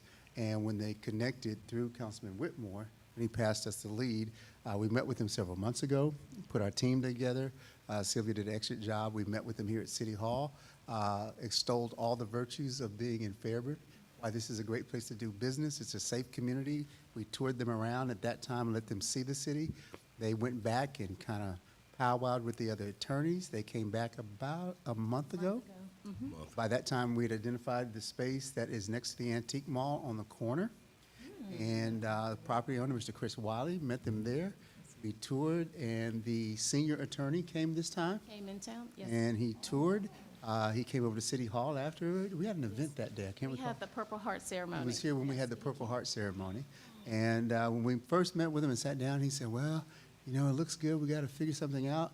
And he came over, did the Purple Heart ceremony, and then before the end of business that day, he made a decision and signed his lease.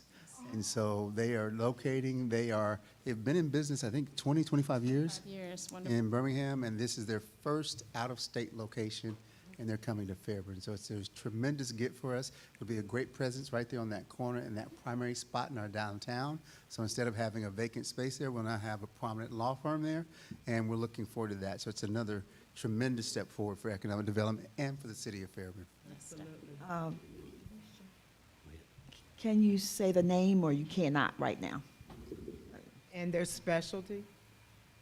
Yes, they do injury law, Personal injury law. personal injury, and the name of the law firm is, Ms. Abernathy, I know you know it better than I do. Yeah, it's Serious Law Group, and it's Crum, Mr. Brandon Crum, but it's called Serious Law Lawyers. Yes, Serious Lawyers. Lawyers, okay. That's awesome. Yes. Congratulations on that. Super. Good. You got another presentation, correct? Yes, sir. So I would like to invite our new Main Street coordinator, Mr. Abishua Jalil Rojas, to come up, and I'm going to run through this very quickly in the interest of time. I definitely wanted to introduce him. Some of the city council members have met him. Yes. Hello. So we're very excited to have him on board. He has already brought some wonderful ideas. Our vendor management, he has taken that on and initiated a new vendor permitting process. Yes, so we're going to highlight those accomplishments. So we hired a Main Street coordinator. We also achieved 2023 Main Street affiliate accreditation. That is an annual fulfillment. We have a 10-point standard with the Georgia Main Street that we need to fulfill, which we fulfill that, so we were awarded affiliate status again. We implemented a major tourism. Again, that's the third Fridays. We established a downtown walking tour in conjunction with the Atlanta Preservation Society. That has been effective in bringing people from all over the state to our downtown. We also promoted a downtown experience with a group marketing campaign in collaboration with Georgia Renaissance. We talked about that. Our goals for the new year are to relaunch our Keep Fairburn Beautiful, activating community beautification ambassadors, working closely with both our street department to help to our cleanup efforts.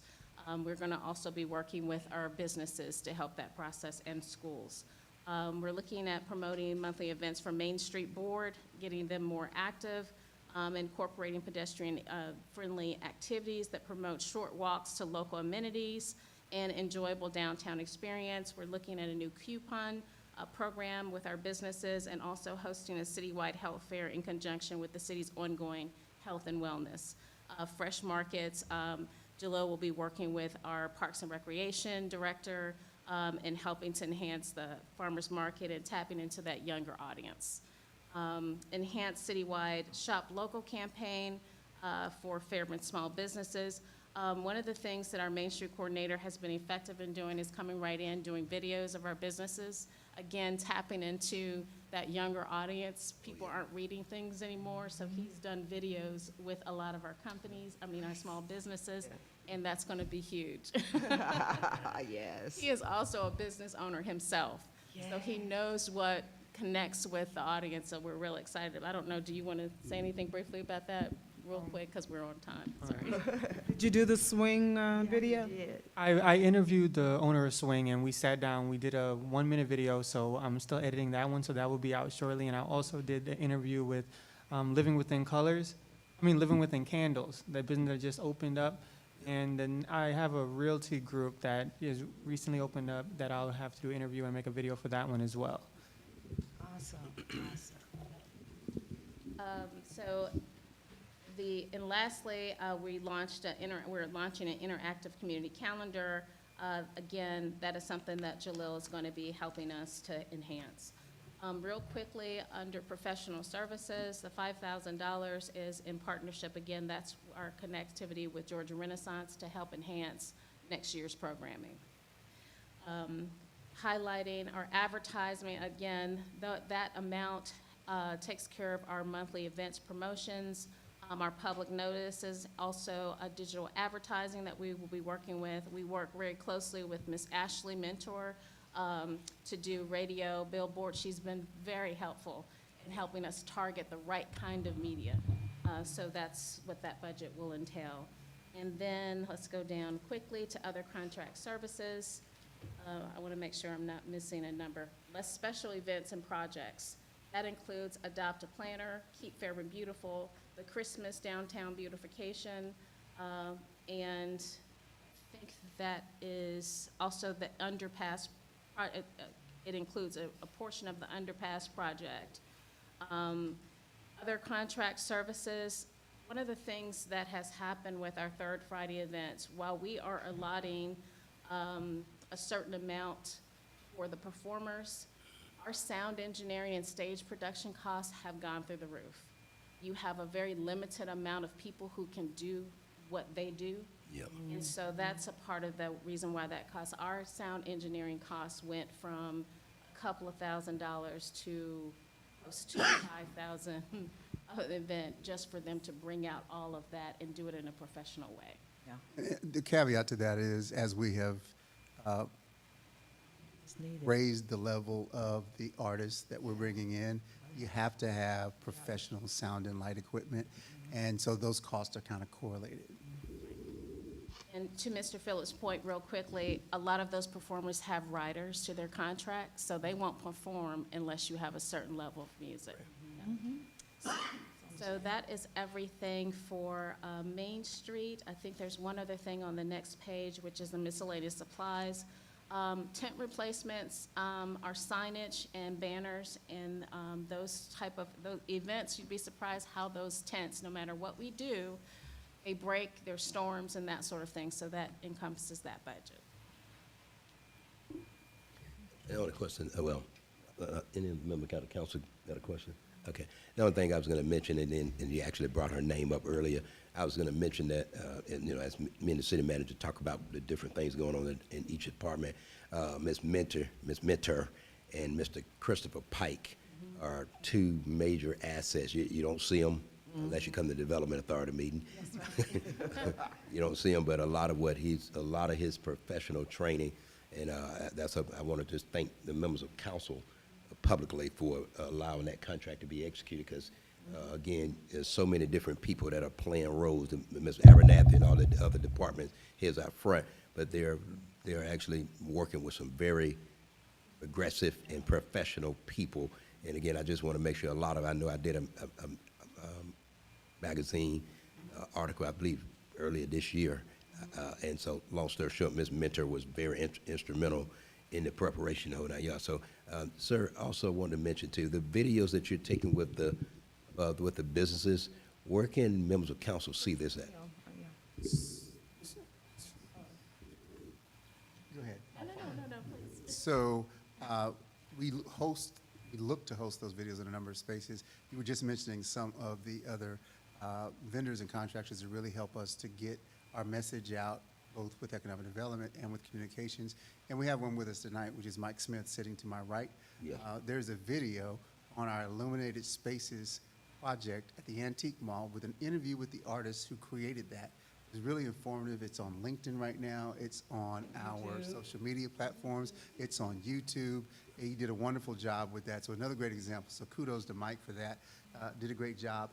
We want to host these videos on as many platforms as we can. Okay. Get them out. I know that he just mentioned he's still editing one recently from the Swing debut. And so as soon as those are in final production form, we will host them both on the city's website as well on social media platform. And we'll send out a notification so that you'll know that the finished product is now posted, and encourage others to go and see what's happening in the city of Fairburn. And I'm coming to you, Mr. Whitmore. I apologize. I actually meant to mention this gentleman's name. If you guys hadn't noticed, he's had most of our events with a camera and a whole nine yards. And so he's actually performing a very professional service for the city of Fairburn. Again, unfortunately, most people that don't even see him in the room during our meetings, but he's a very critical piece of what you're seeing in terms of getting our story out and our message, and from a videography perspective. So I want to thank him publicly for that as well. Go ahead, Mr. Whitmore. Just send us a link so we can see it all. Oh, most certainly. Okay. That Thank you, is sir. our budget. Thank you. All right. With Next up is our General Services and Maintenance Shop. Presentation from Ms. Gail Higgs, Director of General Services.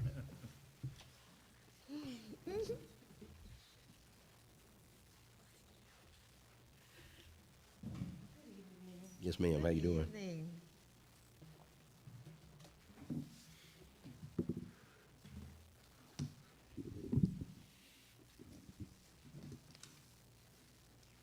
Come before you this evening to speak with you about my request for general services and the maintenance shop.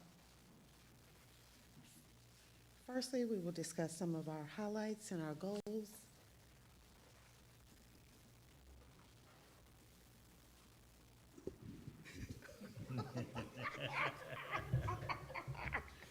Okay. implemented the C-Click Fix application, which is a software for citizens to download on their phones through the Play Store, where they can input pictures and any information about anything that they see on the streets that they want to report. And we get that immediately once those are inputted. We also completed areas of the canopy cutbacks throughout the city, where we went through certain areas to cut back some of the limbs in those areas so that they're not hanging so low and buses and cars are being hit by those. We hosted our first annual spring and fall amnesty day this past year. The city usually only did one, so now we're doing 2 of those every year, which the citizens seem to enjoy because it's increasing every single time we have it. We also completed the upgrades of the fuel tank sump pumps, which the last one is being completed as we speak. That just basically is making sure that all the water and debris is out of the fuel so that we don't have those type of issues. And in addition, every city building has been restriped, the parking and all of the handicaps have been repainted at this time. Some of our goals that we have coming up is to launch the citywide street sweeper program so that we can go through the city and do the street sweeping like I believe they did at one time here in the city, so that we can get the streets looking a little better on those curb lines. Also, we're implementing a monthly tracking program of potholes and repairs. This will help us to understand what potholes have been filled multiple times and need a little more attention than just a regular repair. We want to increase the participation in our chipper and Christmas tree program that we started last year. We want to do that by advertising more and starting earlier to get more participants of that.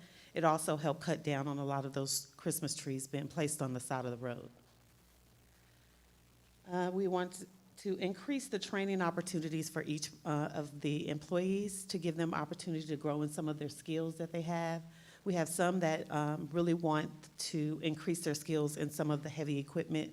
So to be able to allow those people to take those training classes would be an asset and a benefit to the city. As far as personnel, I am not requesting any new positions at this time because once I'm fully staffed, I think that we'll be able to do a whole lot more with that, and we are so close to being there, so close.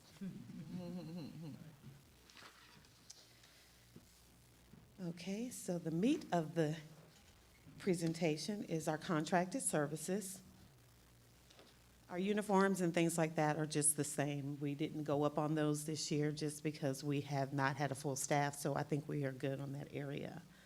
Some of the other areas, like the disposal, we actually decreased that a little bit because GFL is picking up some of those bulk items now, so it decreased what we needed in that field. As far as the landscaping, we did lessen that a little bit more as well.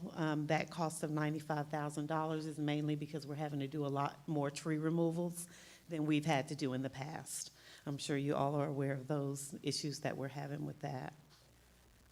The other items as far as the repair and maintenance, telephone postage, those things are just standard operational needs that we have on a daily basis. My biggest cost is in my contract services that I'm asking, and those include Abbey, which is taking care of 74 and Highway 38 for us. The street sweeping contract is included in that once we award that. The canopy installation is the salt bin that we have over at the shop. It was ruined pretty badly in one of the storms that we had. So the salt that we use to put on the streets whenever there's ice or snow, it's uncovered at this time. So in order to get a canopy to make sure that that is actual viable salt and sand, when we have those issues, we need to get that covered again. The True Green is for our spray and emergence that we do 4 times a year. That's the same areas that we always do, the city properties that we spray on a yearly basis 4 times. It also covers the C-Click Fix application that we have to pay our annual cost. It also includes Trees Unlimited, which is the company that we are using to do those canopy cutbacks. I did decrease that by a tremendous amount because they made a lot of progress this year, much more than I thought they would actually do. Family Lawn is also included in there. That is the company that we are using right now to do Highway 29, as well as East Broad.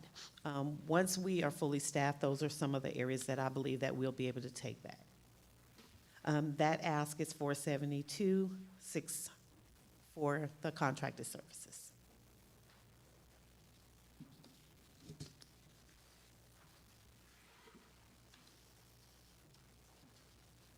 Can turn the page. Okay, supplies, again, those are just the standard office supplies. Our natural gas and street lighting, we did go up a little bit on the street lighting just because we're adding more subdivisions and complexes in the area. Our fuel charge of $105 did increase because we added 4 new vehicles to our fleet. So those costs did increase a little bit on our fuel. Our sidewalk and street maintenance repair is $100,000. That is because we have way more sidewalks that we need to show a little more attention to this year than we did last year. So we're increasing that cost just because cement and asphalt and things of that nature are more expensive. The ask for that is $323,000. Can I ask you just about one question? Go back one slide. Sure. The sidewalk street recap construct, my question is this old sidewalk that needs repairing, or all that sidewalk? I'm trying to make sure people are clear. What does that represent, that 100,000? Like the sidewalks on Vernon B. Smith, or is it existing? It's existing. It's This is for existing, existing, okay. like Spence Road right now needs a lot of attention, and just, that as well, yes. Right. Yes, ma'am, so it is existing sidewalks. Right, okay, and I wanted that clarification, because if I'm correct, Mr. Lester's coming behind you. Yes. He should talk about another area dealing with sidewalks, but I want to make it real clear. Understood. We're talking about old existing. Yes, sir.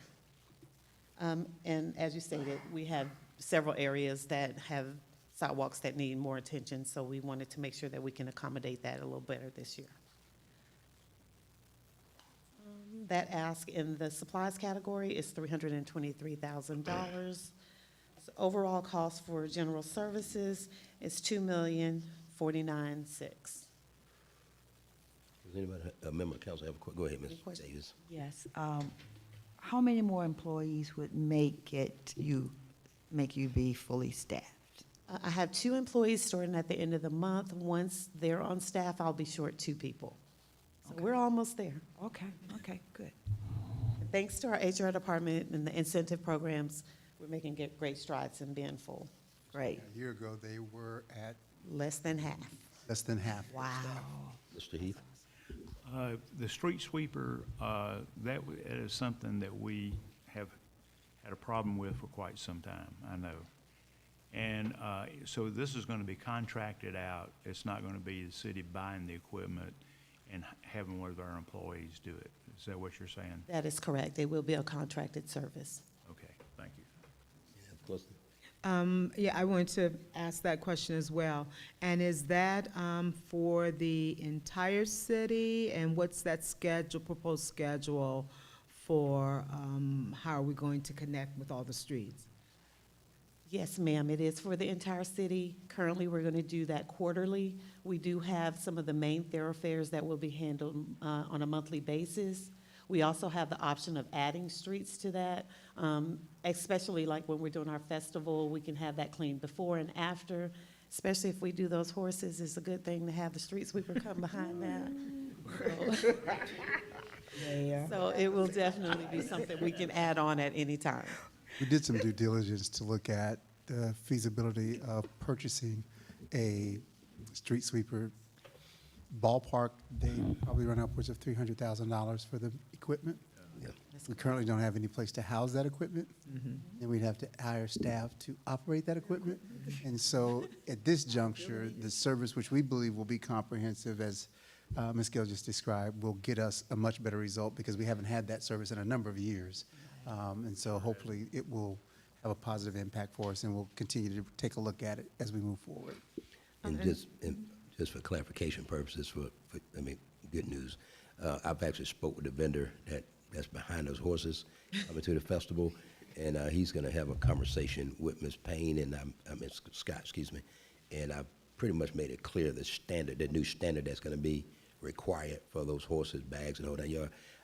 I'm not sure that they're going to be able to accommodate that. If they can't, things happen.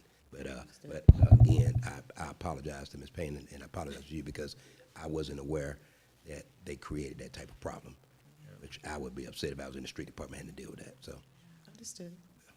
Thank Sorry. you. I appreciate Just one last question, and I don't know if you can answer, or Mr. Phillips or Ms. Chris, regarding the state routes, 74 and 29. You stated that your staff is, you have a routine maintenance on those streets. Are we being reimbursed, or do we have an understanding or a contract with the state to do, to reimburse us for that? No, we are not getting anything from the state. Yep. Their maintenance Previously, schedule. Oh, I'm sorry. the state has a schedule for doing that. It is very sparse. Mm-hmm. And so their answer would be, well, we do it, but it is not at the standard that our residents expect. Right. We're not going to allow trash and overgrown grass to exist on our median, so we took a proactive step to ensure quality for our residents. I'll let Ms. Chris add some. So when be honest. Yeah. Tell them what I'll be happened. honest, the mayor gave me permission. When I started with Fairburn, one of the things I noticed is the minute you come out of Tyrone, you notice that you are in a different city. Living in I know, we've heard the story, yes. Living in Peachtree City, I know that both Tyrone and Peachtree City has contracted with a third-party vendor, and that's one way that they're able to maintain Highway 74. So I did get with Ms. Gill, and we reached out to a vendor, and so we're continuing that just so that we can add additional beautification and assistance to our, at the time, understaffed streets department. But we want to make sure that we're giving our residents the opportunity to know that you do live in a quality area. And when you come down 74, although it's mainly commercial and you're hitting the highway, you don't have to see trash and debris on the side. And so I think in the interim, I know they come once a week and they cut and they edge and they pick up any litter. I just think that it's just an added bonus to our residents in Fairburn. Well, I mean, and I brought it up so that our residents can know that, this is something that we've added because we want to maintain a certain quality in our city. Even though, budgetarily, it is not our responsibility, but it is in our city. And a lot of residents don't know that distinction either. Correct. And they expect that. So thank you for bringing that, Ms. Chris, to our attention, and thank you guys for putting that in the budget too, because it is part of our beautification. That being said, the on-ramp to 85, okay, now I haven't been that way this week, but last week and several weeks before, there was a toilet that was on that on-ramp, and it had been there for a long time. Now, I know that particular area is not us, right? That is correct. However, most of us don't know that. And going on to that ramp, and of all the things you can see, that is not acceptable. So, some things, just like we're cleaning up 74 and that belongs to the state, some things we just gotta do. And having a toilet there, people exiting onto the expressway, that is not a good look. That is not a good look. So whatever we need to do for those areas that are not ours, but it is in our city, we can figure it out. So, Councilwoman, did I hear you correctly? You were talking about the on-ramp to 85 North? That's correct. Yes, It's not in the city of Fairburn. I know that. But we were just talking about, okay. We can address it. I just wanted to be clear that it's outside the city limits. Over the last week, we've addressed some issues that during the storm that were outside the city limits. I am hesitant to make that a regular practice, and we have reached out to try to collaborate. Some things So- require, okay. So we do have a relationship with code enforcement with that neighboring city. We will definitely reach out. They did have some changes in their director, and so we will find out who the new point of contact, because we often do have to call them in reference to the Waffle House that's at that location as well. Yes, And actually, the on-ramp, and I'll defer to Lester when he comes up, but would the on-ramp be GDOT? So that's actually Georgia Department of Transportation as well. So we'll work with both entities. It's outside of the city limits. It's a state area, but just like we did on the medians, you know. And then the last thing I'll tell you is, working in that area is a little, it's more dangerous than Yes, I working in the other area. So we'd have to consider that as well, because cars getting on that ramp. So And we could take- I, you know, and I understood that that's why, you know, I'm sure that was a delay. But a toilet is 2 unacceptable. weeks, 3 weeks, I mean, and the particular item, that was a bit much. That is, understood. Yeah, thank you. But thank you, Ms. Higgs and your team, for the work that you do. You really do help keep the city clean. And I'm just even more impressed by what you guys do when we have events. I just can't thank you enough for that. Thank you. One last thing. Are you done, Ms. Gideon? Not quite. We have a process through our Human Resources Department where we nominate a employee and leader of the quarter. And for the most recent quarter, Ms. Gail King was our leader of the quarter. Gail Higgs. Thank you, thank you, thank you. Congrats. Thank you for that. Mr. Davis had a comment. Yes, I have a compliment to you that I think everybody needs to know. In addition, Ms. Higgs allows her employees to clean. I live on a street that half is Union City and the other half is Fairburn. The upper part is Union City. She cleans the whole street. She has her employees clean the whole street. And I did not know this until one day I was driving by, and I was like, I say hello to them and tell them how much I appreciate what they do. And I said, do y'all know this is Union City? Yes, ma'am, but we are asked to clean the whole street since it's a street. So that's awesome of you. And I just want everybody to know that, and I appreciate it. And whenever I call you about something that is kind of crazy, you're on it. So thank you so much for your service. It's appreciated. And, well, and I mean, I think you know how much I felt about all the calls and stuff I've given you about what, I actually saw the toilet.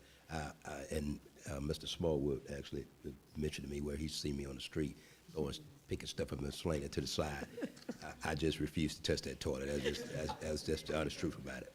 But I want to thank, again, I want to thank the council too for approving the contract that Ms. Chris spoke about as it relates to trying to maintain Highway 74.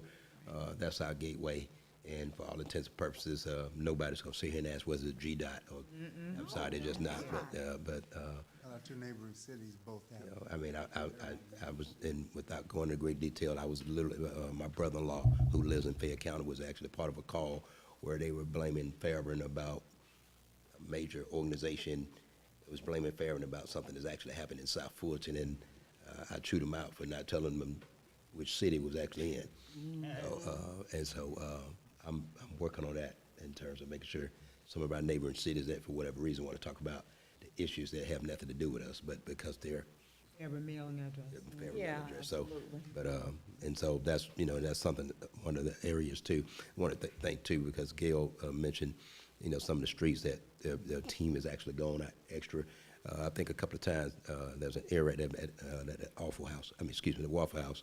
That I apologize. I was thinking out loud. And so I've asked their team to, you know, a couple of times to clean up the trash, because it was just, I don't know how, it just seemed like everybody comes out that location, vendor, restaurant, and just dump trash. And so I've had a couple of times where the city manager and our street department went and cleaned up, I mean, tons of trash and just be up. So I just want to say again, thank you so much for that. So You still have another department to go to, right? Yes, ma'am, go ahead. Okay. Okay, next we'll move to the maintenance shop. Okay, we'll start with their accomplishments. It implemented a standardized inspection form for the city. We've implemented a new hire inspection for new hires to show them exactly how to do the 15-point inspections when they start. We've taken on installing the fire department vehicle lights and sirens in-house as opposed to sending those off to another vendor. Our technician has received his ASE certification. He is currently attending a class to get a second certification as well. We've also installed a new center jack, which allows us to lift up the bigger vehicles that we have, like the 2500s, some of the bigger Rams that we have with the dual engines. So now we have the ability to lift those instead of having to send those out for service. Currently, we're implementing an inventory tracking program, and that is for in-house inventory that we already have on the shelf so that we don't run out of inventory like tires and oils and things of that nature. We are working we will be working with the new risk management manager, I believe, to implement the accident review board as well as the fleet policy. They both go hand in hand. We were reducing the repair turnaround time because we're starting to get the supplies in a little faster. Shipment is increasing, so we can get those materials in a lot faster than we were. And we want to centralize all vehicle maintenance logs. We have a lot of paper logs that were here prior to me starting here, so we're trying to get all that on one system, which is a NAPA-TRACK system. And we want to do the continuous training for the vehicle industry standards because the vehicles are becoming more advanced, so I need them to stay up to date on those as well. Yeah, that's true. I'm not requesting any new personnel in that department. Under our purchased contract services, standard things at the top, the uniforms and the equipment that we use. Our biggest charge that we use the most is, that we're requesting in the contract services is the $1,500 for the NAPA-TRACK upgrade. We already have the system, but to upgrade so that we're able to do work orders through that same software is what we're asking for the additional funds for. And that is a one-time charge. Under supplies, standard operational supplies that we're asking for in that area. The repair parts is basically to make sure that we do stay in stock with the things that we use on vehicles on a daily basis. That doesn't include the things that we always use, like oils or things of that nature. Sometimes he needs special tools to do alternator changes or transmission changes so that we can have that stuff in stock. The total cost of supplies is $58,800 that we are asking for. In summary, the total budget that I am asking in the maintenance department is $237,306. That one's pretty straightforward. Any members of council have a question about the maintenance department? Okay. Next area. All right, thank you. Thank you. Thank you. Say the best. Congratulations again. Thank you. Thank you. Good job. Say the best for last. A big one. Oh, the biggie. We'll be here to 12 o'clock. Oh, Lord. Don't talk like that. Presentation precedes him. He's no introduction. Good evening, Mayor and Council. Good evening. Good evening, sir. Good evening, sir. Here to talk about the budget, the 2024 budget for 2024 for the Public Works Department. First, I want to go over some of the highlights for the Public Works Department. Most of my highlights are for funding because my projects, my department is project related, so we have to have funds to support those projects. So One is secured a LMIG award of $205,000 from the Georgia Department of Transportation. That's an annual award, and it's based on the centerline mileage of the city of Fairburn. Second one was a Fulton County CDBG grant award of $311,850 for the Go Lightly Street Pedestrian Improvements Project. Also secured a Community Development Block Grant Award of $215,004 for Operation FACT. Received a 2022 TIP Solicitation Award from the Atlanta Regional Commission for the IJR for a proposed I-85 at Galat Road interchange for an amount of $400,000. The federal share of that one is $320,000 with a local share of $80,000. Speaking of that local share, we also secured the local match from the South Fulton CID through an IGA for an amount not to exceed $100,000. I know it's not mentioned on the slide, but we also received another $250,000 TIP award to update the IMR for the I-85 at State Route 74 interchange project. Awesome. Those are some of the highlights for 2023. For 2024, we look forward to completing the downtown LCI streetscape project. If we get some assistance from CSX. Also look forward to completing the 2023 LMIG T-Splosh citywide resurfacing project, the Fulton County CDBG Go Lightly Street Pedestrian Improvement Project, completing the Southeast Broad Street McLaren Road Pedestrian Improvement Project. Also look forward to completing the Verlin B. Smith Road Pedestrian Improvements Project, and completing Operation FACT, well, the parking lot portion of Operation FACT, and then hopefully the renovation of the annex as well. And completing the Galat Road full depth reclamation project, which is going to be upcoming, and completion of the 2024 LMIG T-Splosh citywide resurfacing project. And we look forward to securing an additional award from Fulton County for $315,000 for the Golightly Rain Garden and Greenscape project. And we also look forward to initiating the Park Road Extension project, or the Duncan Park Secondary Access Road project. Moving into the budget, no personnel changes are anticipated for 2024.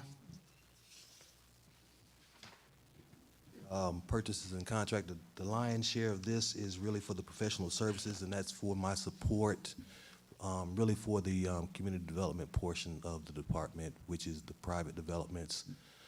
So that's for POND to help in some of the plan review and traffic studies and stormwater reports.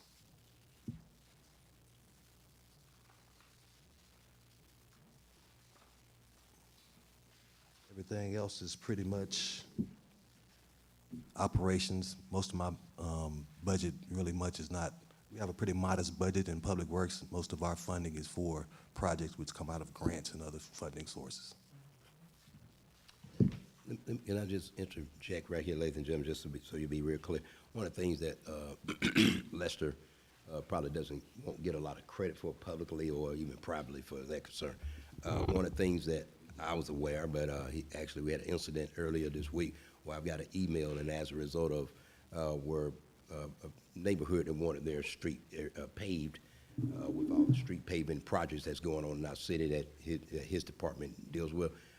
We're also, one of the things I'm very happy about being in the compliance industry myself, it was actually a result of CDBG money that can only be designated in certain areas of our city, and for all intents and purposes, Lester responded to an email to a resident, and I actually came back with some further clarification that if it had not been, basically in this case, for the director that was paying attention of where the money was spent in terms of road paving with the funding source, it would have also put our funding at risk and basically been in violation of federal money that comes through the state, that comes through the county, that comes through us. And so something that just never would probably be said, but I want to commend you publicly because the funding sources, a lot of the money that we're using, tons of money that comes through his office. He's also stuck with the responsibility, making sure that it's compliant in terms of usage. That may not seem like a lot, but if he ever misuses it, that's the closer you're gonna get to the finance director misusing money, and it becomes public news. So, yeah. So I just want to Awesome, yeah. Did you go over your staff? Personnel? Did you go over personnel? I went over, it was no changes, so it's gonna be. I'm sorry, I didn't see it. Sorry. Oh, I guess you can go back. Take a nap. Okay. Oh. Oh, I'm clicking it. Oh. I thought you was. See? Yeah, see? What? He didn't do it. He did do it. It was there though. He did it. You've been doing such a great job, I thought it was just an automatic thing. Okay. I know he talked about it. I don't know who flipped it, but. No, it's no changes, so it's still just me, Marcia, and I got 2 development inspectors. And those guys are strictly for the community development portion of the department. And Atlas assists me on the public works portion. Okay. So you know we're hiring a grants person, right? We are. I didn't know that. Grant service. Okay, so you'll have some help there. I need. Yeah, you need it. Yeah. You need No, it. I do need assistance Yeah, with grant yeah. writing because I mean. day-to-day stuff and Yeah. keeping everything running, it's kind of hard to find time to actually apply for grants because that's pretty much a full-time job. It'll take away from something else. So. He needs, what are we saying? And then you can take advantage of all those grants I've been sending. I'm not ignoring them. It's Yeah. only 24 hours in a day. I know, that's right. I know. And Mr. Heath had a question. Yes, sir. Yes, well, with all of that said, does that sound familiar? Has there been any changes with our I-85 and 74, anything since a couple of weeks ago? Yes, it is. I got an update. I was going to get to that, but I can. Really? I can get to it now since you asked the question. So let me. If you don't mind, please. I'm going to give you That an project update. is really something I would love to see. So with the right-of-way acquisition, they've been making some great strides on that.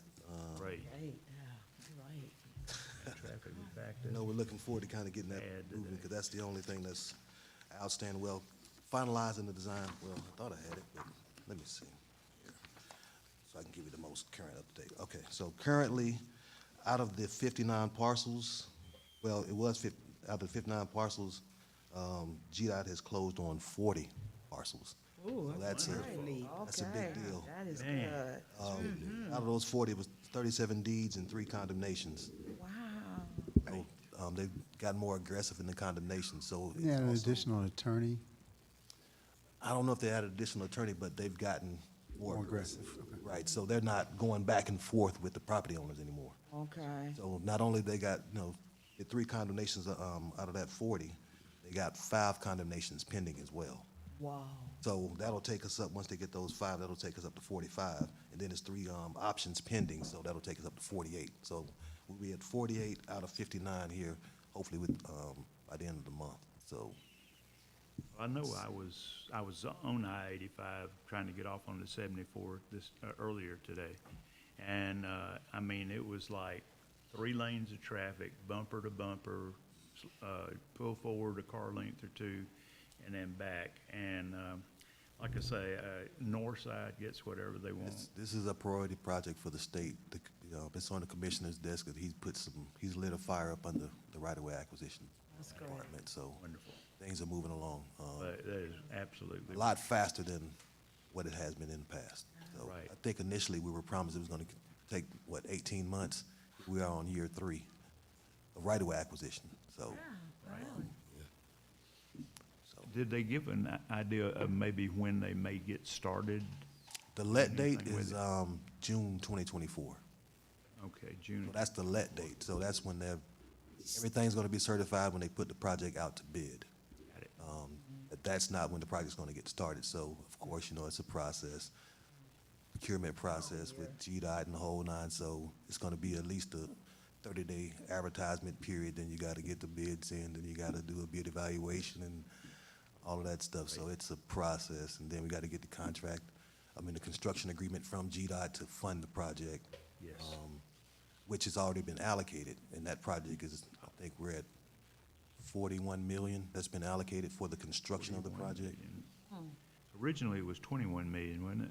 Yeah, but that was for a modification. Okay.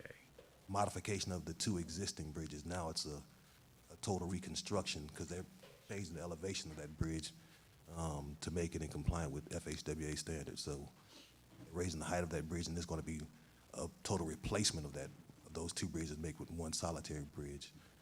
They're gonna have to raise the height on the bridges, correct? Correct. Okay, gotcha. There's going to be one bridge, not two. One, not two. It's Okay, going to be widened, so it's going to be 4 lanes going each direction. So it's a substantial project. wonderful. Sounds great. How are we gonna take?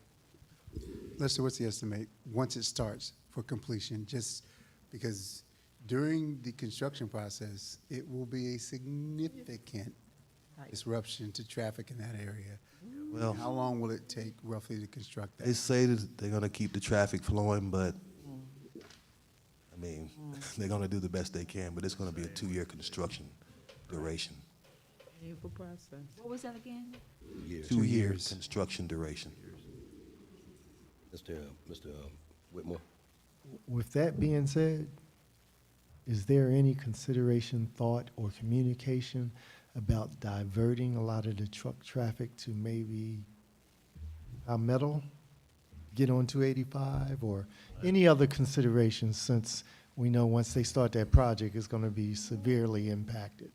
Well, you got some of the brightest minds at GDOT going to try to put in some certain diversions and, things of that nature. So, that they're going to take every factor in consideration to try to make it, to try to maintain the current level of service of that roadway. That's what the goal is. But I think that's the goal for the Galat Road Interchange project, to kind of divert that truck traffic to a new interchange at Galat Road. So that's what we're working for now with the IGR for Galat Road.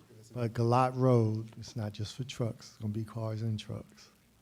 It's going to be for both cars and trucks, but that's the main purpose, is to kind of, relieve some of that congestion from 74. Which leads to the street that's being turned over to the city, going down Oakley Industrial behind the e-commerce center. The e-commerce center. The warehouse.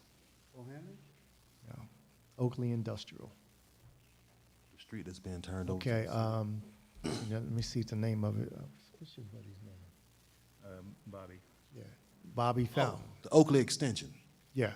Oh, so that's like where Creekwood. Yes. Yeah, so that's going to be, right, we're extending Oakley to Galat Road that way as well. So it's a twofold project. So that's, the interchange is going to be the interchange, but that's going to be we're calling that the Oakley Extension to Galat. Okay, so that's going to be a simultaneous. Well, we're going to do that before the interchange is going to take 10 years. Let's just see what the current one is doing. So that is going to be done hopefully in this cycle of T-Splosh, so in the next 2 to 3 years. Okay. The goal. And let me also commend you, sir. You probably received 1,000 phone calls from me in reference to the signaling on 74. And every time I called you, you were already on top of it. And I can tell you, just for the past couple of days running up and down 74, those lights are in sync, and it makes a big difference. Better, good. That's good. Squeaky wheel gets the grease, though. So Squeaky wheel. I start giving the district engineer number out to citizens that's calling me. There you go. There you go. He might not like it, but yeah, so good. I digress. Any other questions about the Public Works budget before we dive into Can you? grants? Yeah, can you talk a little bit about John Rivers Road? That was a big topic of conversation the other night, at council meeting. We got regarding the proposed project at John Rivers and Highway 29. And of course, traffic and access to John Rivers is a big issue. I know we've been talking about needing a light there for quite some time. What conversations have you had thus far, and kind of where is that, and what's the possibility? Well, we've been pursuing a light since last year. GDOT's supposed to do what they call ICE analysis, interchange control evaluation, determine what is the proper control method, whether it be a light or a roundabout or something of that nature. So they have to do all of that before they can do the light. But to get to that point, they have to do traffic counts. So something as simple as traffic counts, they say they can't move forward until they get traffic counts done. Almost a year has gone by, and so when that project came about, they was like, I send follow-up emails. I'm pretty persistent, so I send follow-up emails every couple of months to try to find out what the status is on the analysis of that intersection. And the last time I sent one, I got an email back from one of the district engineers. They said that this project may be a good opportunity for the city of Fairburn to get a traffic light there. Mm-hmm. So they're trying to take it off of them and put it on a developer. Yes, and I'm sure that I have, but, so I would ask if you and Ms. Brookins can just figure out, just think outside of the box on how we can make this happen in light of this potential project. So what this is gonna do, since it is a potential project coming out, they're gonna have to do a traffic study. So that's gonna take the onus from GDOT and put it on the developer. So a traffic study is gonna be required to move this project forward. So in essence, doing GDOT's job, homework for them, right? So that's what they're hoping for. They're hoping that this project moves forward so it can, basically a signal warrant analysis, that the signal is warranted at that intersection based on the traffic study. Okay, So and would that also include any turn lanes into the front of that project? I don't know if. Ours is, that's off system, so that's our local road. So based on the trip generation and the Councilman, do you mean existing on Highway roadway. 29 or Johns River when you say a turn Well, lane? let's see, it would be on 20, okay, so I brought up the It'd be on idea. John Rivers. Yeah, well, no, I'm thinking, GDOT's not gonna allow a curb cut. Yeah, they've already denied a curb cut. GDOT has said no. You can't have an Okay. entrance on Highway 29. Right. because of, I don't know if they gave a reason, GDOT but they doesn't- said no curb They cut doesn't want a there. curb cut there.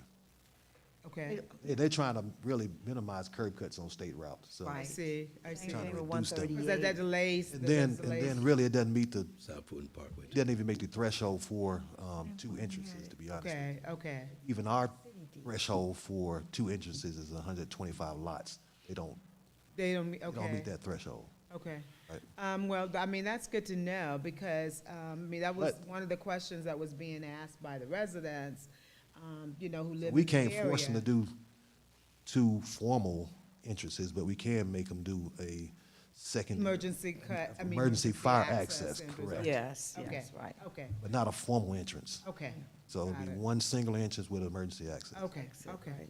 All right then, that makes sense. But because of the existing traffic on John Rivers Road, they will meet the threshold for decel lane and possibly, based on the trip generation, a left turn lane.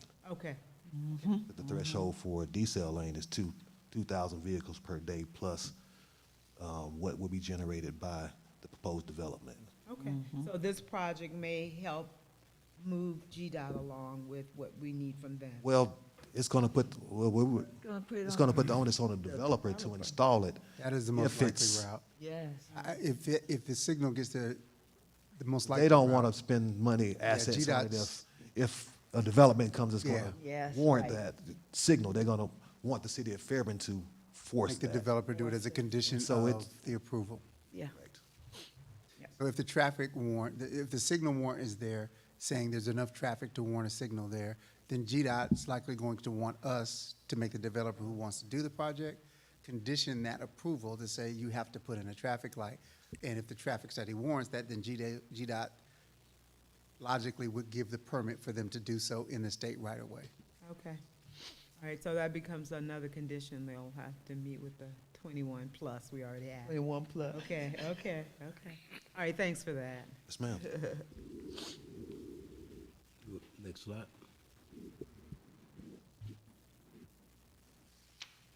All right, so moving into, to grants. King of grants.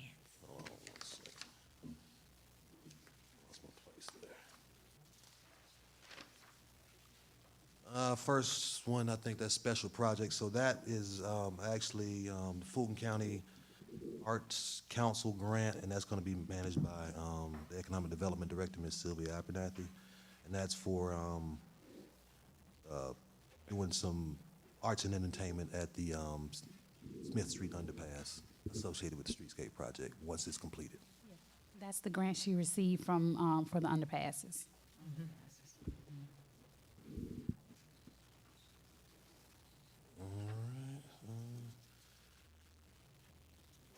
Interchange design at 74. I think we talked about the update on that. So what this is pretty much the balance of the contract with Trans System, which includes the $250,000 to update the IMR that was approved back in June. The LMIG resurfacing is pretty much the $205,000, and that's based on last year's award amount and the current centerline mileage, which is 96.43. That amount, that centerline mileage is likely to increase once the Ferndale subdivision is completed and that plat has been recorded. But as of right now, we stand at 96.43. The CDBG $315,000 is for the Golightly Rain Garden and Streetscape project. I know it's quickly. I'll give y'all just the rendering. We ain't got to talk about this one. Y'all a picture of it. It's a nice little project. They committed to the $315,000, so the funding is going to be coming, they say, next month or so. So that's what we're going to get. Thank you. All right. Thanks, sir. Whoa.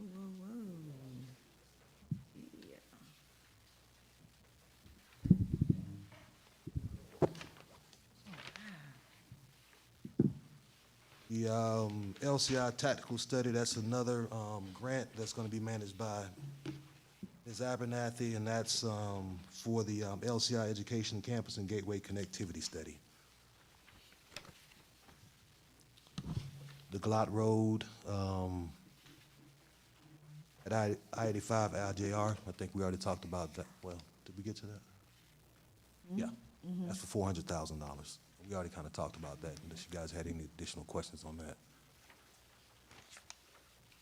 Now, one thing, the last one is the LCI implementation grant. So we had the funding for, that $170,000 is not sufficient for the let me back up. So we were anticipating that the LCI project would be finished by this year. So that only captures the repayment of the City of Atlanta piece and the supplemental agreement with CSX. It does not capture the construction cost. So we're going to ask that we carry forward what's in the current budget right now, and it's $337,147. And that's currently in the, is that still, that's the current budget amount now. So I'm going to ask to carry that forward to add to that $170,000, and that's going to be the actual budget amount. Okay. So after I don't know if it was yesterday morning or this morning, Mr. Thompson came to Mr. Phillipson and myself and said we had some money budgeted in grants for this year that was not going to be spent, and it wasn't going to be spent by September 30th. So we'll be amending the budget to account for that, but again, it's not an extra cost to us or anything. It's just, he just learned about it yesterday morning, literally, and we said we'll make you guys aware of it. Number 2. Yes. And that's because of the issue they have with that's because of the issue they have with CSX, because they were supposed to get started back in June and they still haven't gotten started. CSX had to, once they remobilized, CSX threw all these requirements on, and as far as submittals and all of that kind of stuff like that, and now they're even asking for them to get a PE stamp on some shoring. So it's crazy. But I digress. Any questions about the outlay for the grants? All right. Next slide. I think that's just a summary of what was discussed. So moving on to T-SPLOS.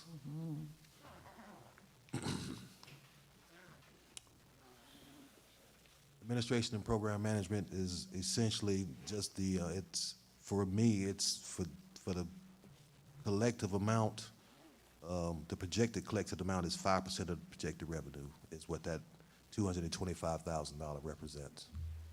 And that is really for the CEI, CMPM services associated with the project. So that would be for Atlas or any other inspector that I have on the project.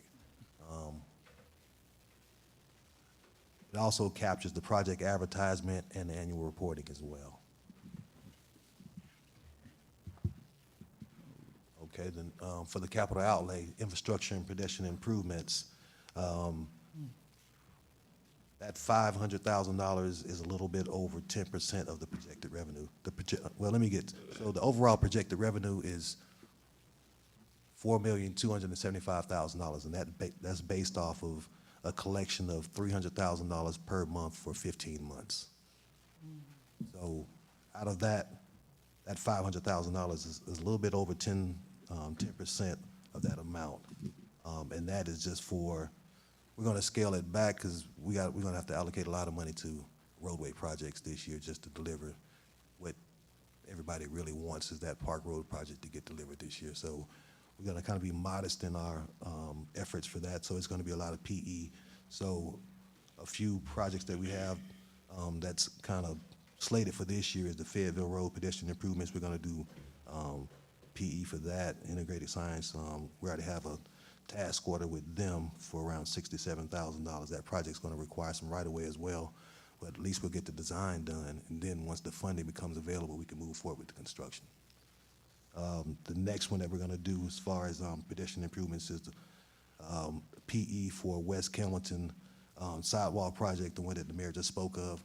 So we're gonna try to at least do the preliminary engineering on that, and then once funding becomes available, we can advance that to construction as well. That just so everybody be clear, that West Camden piece will run all the way from right, well, it goes like right before St. John's, all the way around to Sir Charles, if I'm correct. Am I right? Sir Charles, then Pinehurst. And Pinehurst. We're gonna terminate at Pinehurst. Pinehurst, okay.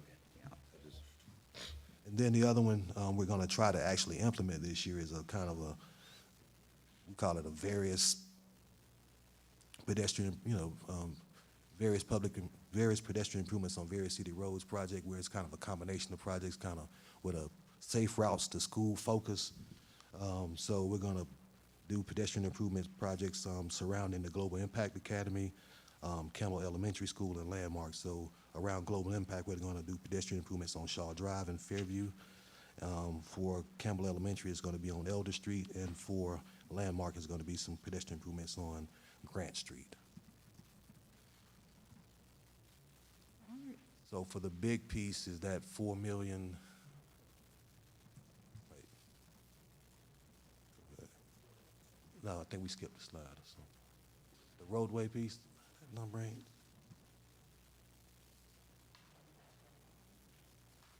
Yeah.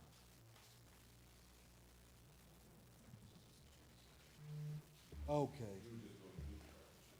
Okay. Okay. All right. So for the infrastructure roadway, we got budgeted $3,775,000, which is 85% of the revenue. And as I said, for the Park Road extension, the Duncan Park Secondary Access Road is going to be the lion's share of that.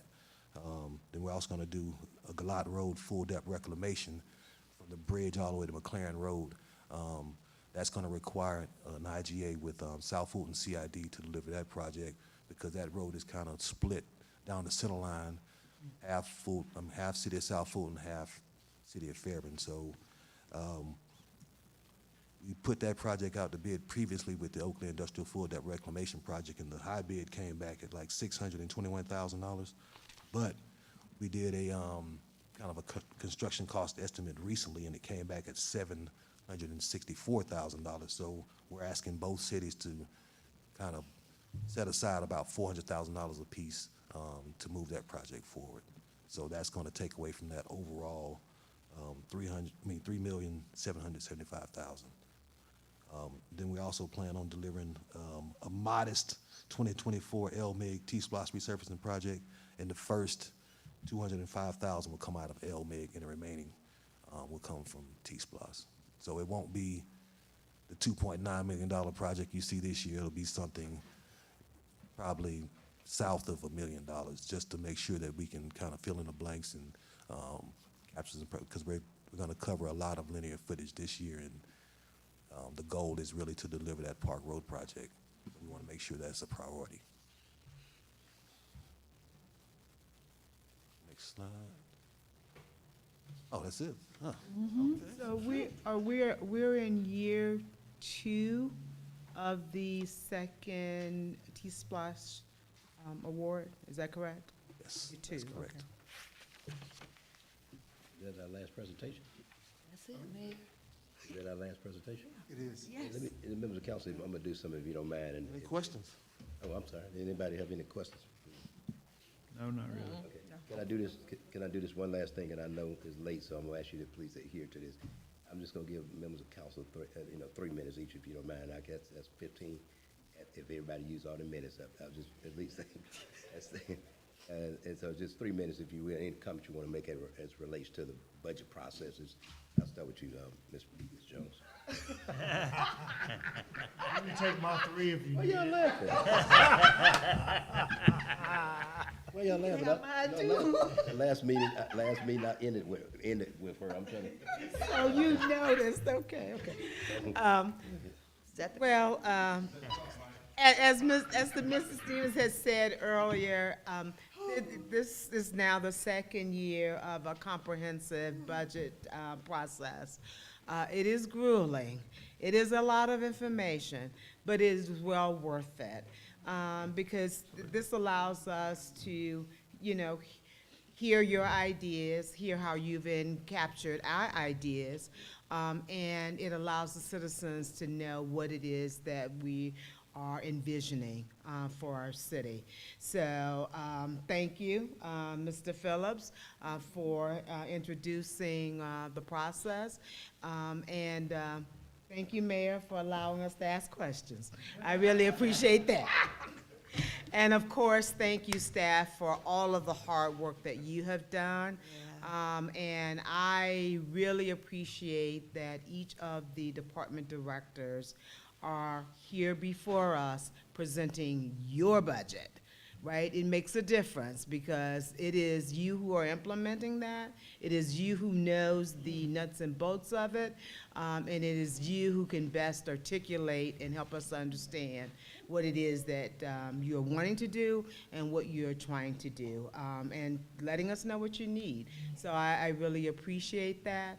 And then lastly, I want to, Ms. Brownlee Mack, I want to say public to her, I know she feels really bad, but public speaking is not everybody's forte. It is not. And believe it or not, it wasn't always mine either. Okay? What? I know, but it wasn't, okay? But it is important as a professional for you guys to do this. And so give her more opportunities to do it, and the more she does it, the more she'll be comfortable with it. And all of the rest of you, you did a fantastic job, so thank you. Thank you. Mr. Whitmore? Oh, it's okay. Well, this is the second year, and again, I think I like this process a great deal better than we have in the past. Reason being is now we hear the same thing as a body, all right? We hear the questions that are asked, and we hear the answers. So now you don't have to go by, well, what did they say to councilperson so-and-so? So I think it's a very good process. I'm enjoying it. The other thing is, she mentioned Ms. Browning Mack. Well, you know, city administrator and I, we did grab her outside, and she did say that she's a little shy. Next time I'll use an icebreaker. But she said that she goes through the same thing when she goes through the meetings with our administrator, and she's very shy, but I said, keep working on it, she'll be all right, so. Yeah. But anyway, overall, I think I appreciate everything that all staff has done. I know it was grueling prior to coming in front of us, because I know the city administrator and assistant city administrator, they've been throwing a lot of things at you and asking you to look at this, look at that, take this away, add this. And overall, when you look at the final product that's being produced, it's appreciated, and our citizens are able to hear it amongst the whole body as a whole versus us going through the process, two elected officials at a time, and then coming into a full session. So thank you. It's been highly appreciated, and everybody did a great job. Speaking of the city finance director, man, yeah, you and your partner over there, y'all got those numbers and y'all work hard, and I appreciate all that you have done, and you have lightened the load, I would say, on the city administrator and assistant based on the skill set that you have brought to the table in that specialty that you have in finance. So thank both of y'all and your staff, because without y'all, this could not have been put together. And one last comment, I am so glad we're doing everything digitally versus a paper, because I think last year it was a notebook about something like that. But now we can just go through our emails and lock down on what we're really interested in. So thank you much. Mr. Heath. Well, with all of that said, I just want to say, I have to have a little humor in there.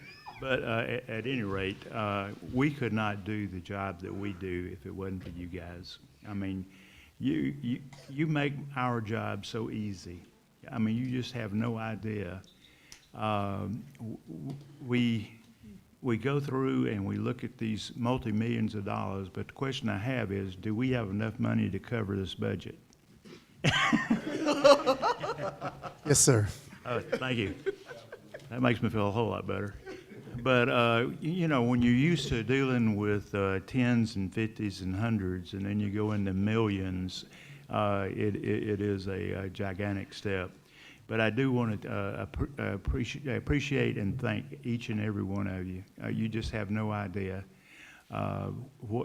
Having worked with this city before, I got on the council, I just had no idea of the things that were going on and what each person was doing in the job. I mean, you see them, you walk by them, you speak to them and stuff like that, but you really don't get the idea of what they do until you're on the council and you know each and every little intricate detail there. And I for one, appreciate everything y'all do, and we just thank you from the bottom of our heart. God bless. Bye-bye. Mayor Pro Tem. Well, everybody said a lot of stuff. Let me see if I can sum all this stuff up. It's kind of like a recall. You know what I'm saying? It's a story. It's a huge process, but every department head, individual comes and tells their story as it relates to the city of Fairburn. Okay. And what is so important about that process is that everybody is held accountable on what they do and what they manage. And with that being said, you know your department. When you come up here with your budget, it is evident that administration has drilled through you to the point where you know where every dollar is going and why it is in that budget. And really, seriously, it's very impressive. It's very. This process works. And we thank the administration, Mr. Phillips, Mr. Chris, for you all's dedication and the high level of standard that you put to everything that you present to us. I mean, even forwarding the information to us, the presentation, the outline, so that we can, for me, it was helpful because this has been a crazy week. And I said, okay, well, all I gotta do is look through this for this day, and then I can save the rest. So it helped me, but everything everybody has said, it just shows where we have come from. And I can wear my Fairburn t-shirts now and be real proud. And that says a lot. So just keep up the work. It just makes me so proud of the process and the level of excellence that you all shoot for. And it doesn't go unnoticed on administration and the departments. Not only you presenting your budget, but what you do with your budget and outside for our citizens and stuff. So we appreciate, we see, we may not always say stuff. I try to, because I tell you, motivation is when you can just pat somebody on the back and say, I see what you're doing, it's good. And so I try to do that a lot, you know. Administrator Ms. Phillips tells me I'm an empath, and I am. You know, I'm not making any excuses for it. That is who I am. And I think it adds to all the political stuff around. And I really appreciate everything you all do from the bottom of my heart. And I appreciate my colleagues. Oh, yeah. Because we all don't know everything, so we can work together. For Whitmore may know something that I may not know, and vice versa, and Mrs. Jones, Portis Jones, and stuff. So I think that's what makes the city what it is, and people see this outside. We've done a 180 in a year and a half. Like, I thank the Lord. But that's it. I just want to say thank you all from the bottom of my heart for your excellent work and how you carry yourself, and you, the city, you represent the city well in what you do. So thank you. Mayor, just, if I can just add one more person to this that we did fail to mention, all of us to this point. I tell you, I came in here hungry last night. And I tell you, that assistant to the city administrator, she took it and she ran with it, and she got food in here. And we come in here tonight and everything was here ready for us. So thank you from me and everybody else. We appreciate you. Absolutely, that was awesome. And I'm not going to prolong the time, but I had 5 minutes left. I forgot to ask the two managers that actually manage this whole process, if you anything you want to add just before I close. Well, on behalf of myself and Ms. Chris, first, thank you to the mayor and council. I've been at local government a long time. The way you as elected officials work with us as staff is unique. You're elected to represent our citizens, and so your engagement, your thought, your questions help us do a better job in serving. And so thank you for that. That doesn't happen everywhere. And secondly, both of us have an immense regard and appreciation for our staff. What you saw in the last 2 days is really their work and their expertise, and I always want that to be forefront. We have a tremendous team and staff, and I appreciate them. I would just like to say thank you to Mayor and Council, and thank you to our staff. I know we put you all through numerous meetings, from teams to in-persons to emails to making you make decisions about what to cut. But ultimately, I think that we were able to present a budget to Mayor and Council that's going to be most impactful to our residents. And so I'm just excited for the programs and projects to come, and I'm just excited to be here, so thank you. I have to say thank you because the two of us are kind of demanding. Be very honest with you. Kind of. We demand a lot, but we also try to let them know that we appreciate it. Let me just, again, Mr. Whitmore, you kind of stole my thunder. I was gonna thank all the admin and personnel that are not presented today, that's actually sat through the meeting, and those, especially those directors that have sat here 2 days in a row, Ms. Champagne and a few others. But I want to just say again to our citizens today, what you've seen the last 48 hours, and again, and just being very candid, you know, we're upon election season in the city, and we know how things are misrepresented or things that are said. I'll just ask that the residents of Fairburn, which just, if they have the capability of looking at these videos.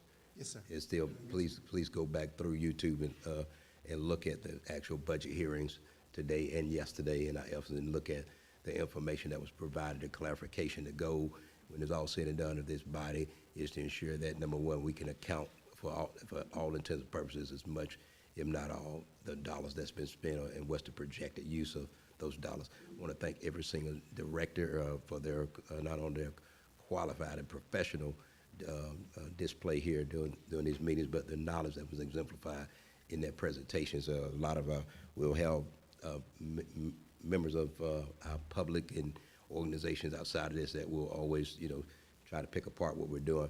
Our goal, when it was all said and done, ladies and gentlemen, is to be able to show you what are we doing with your money and what's our projected use of it.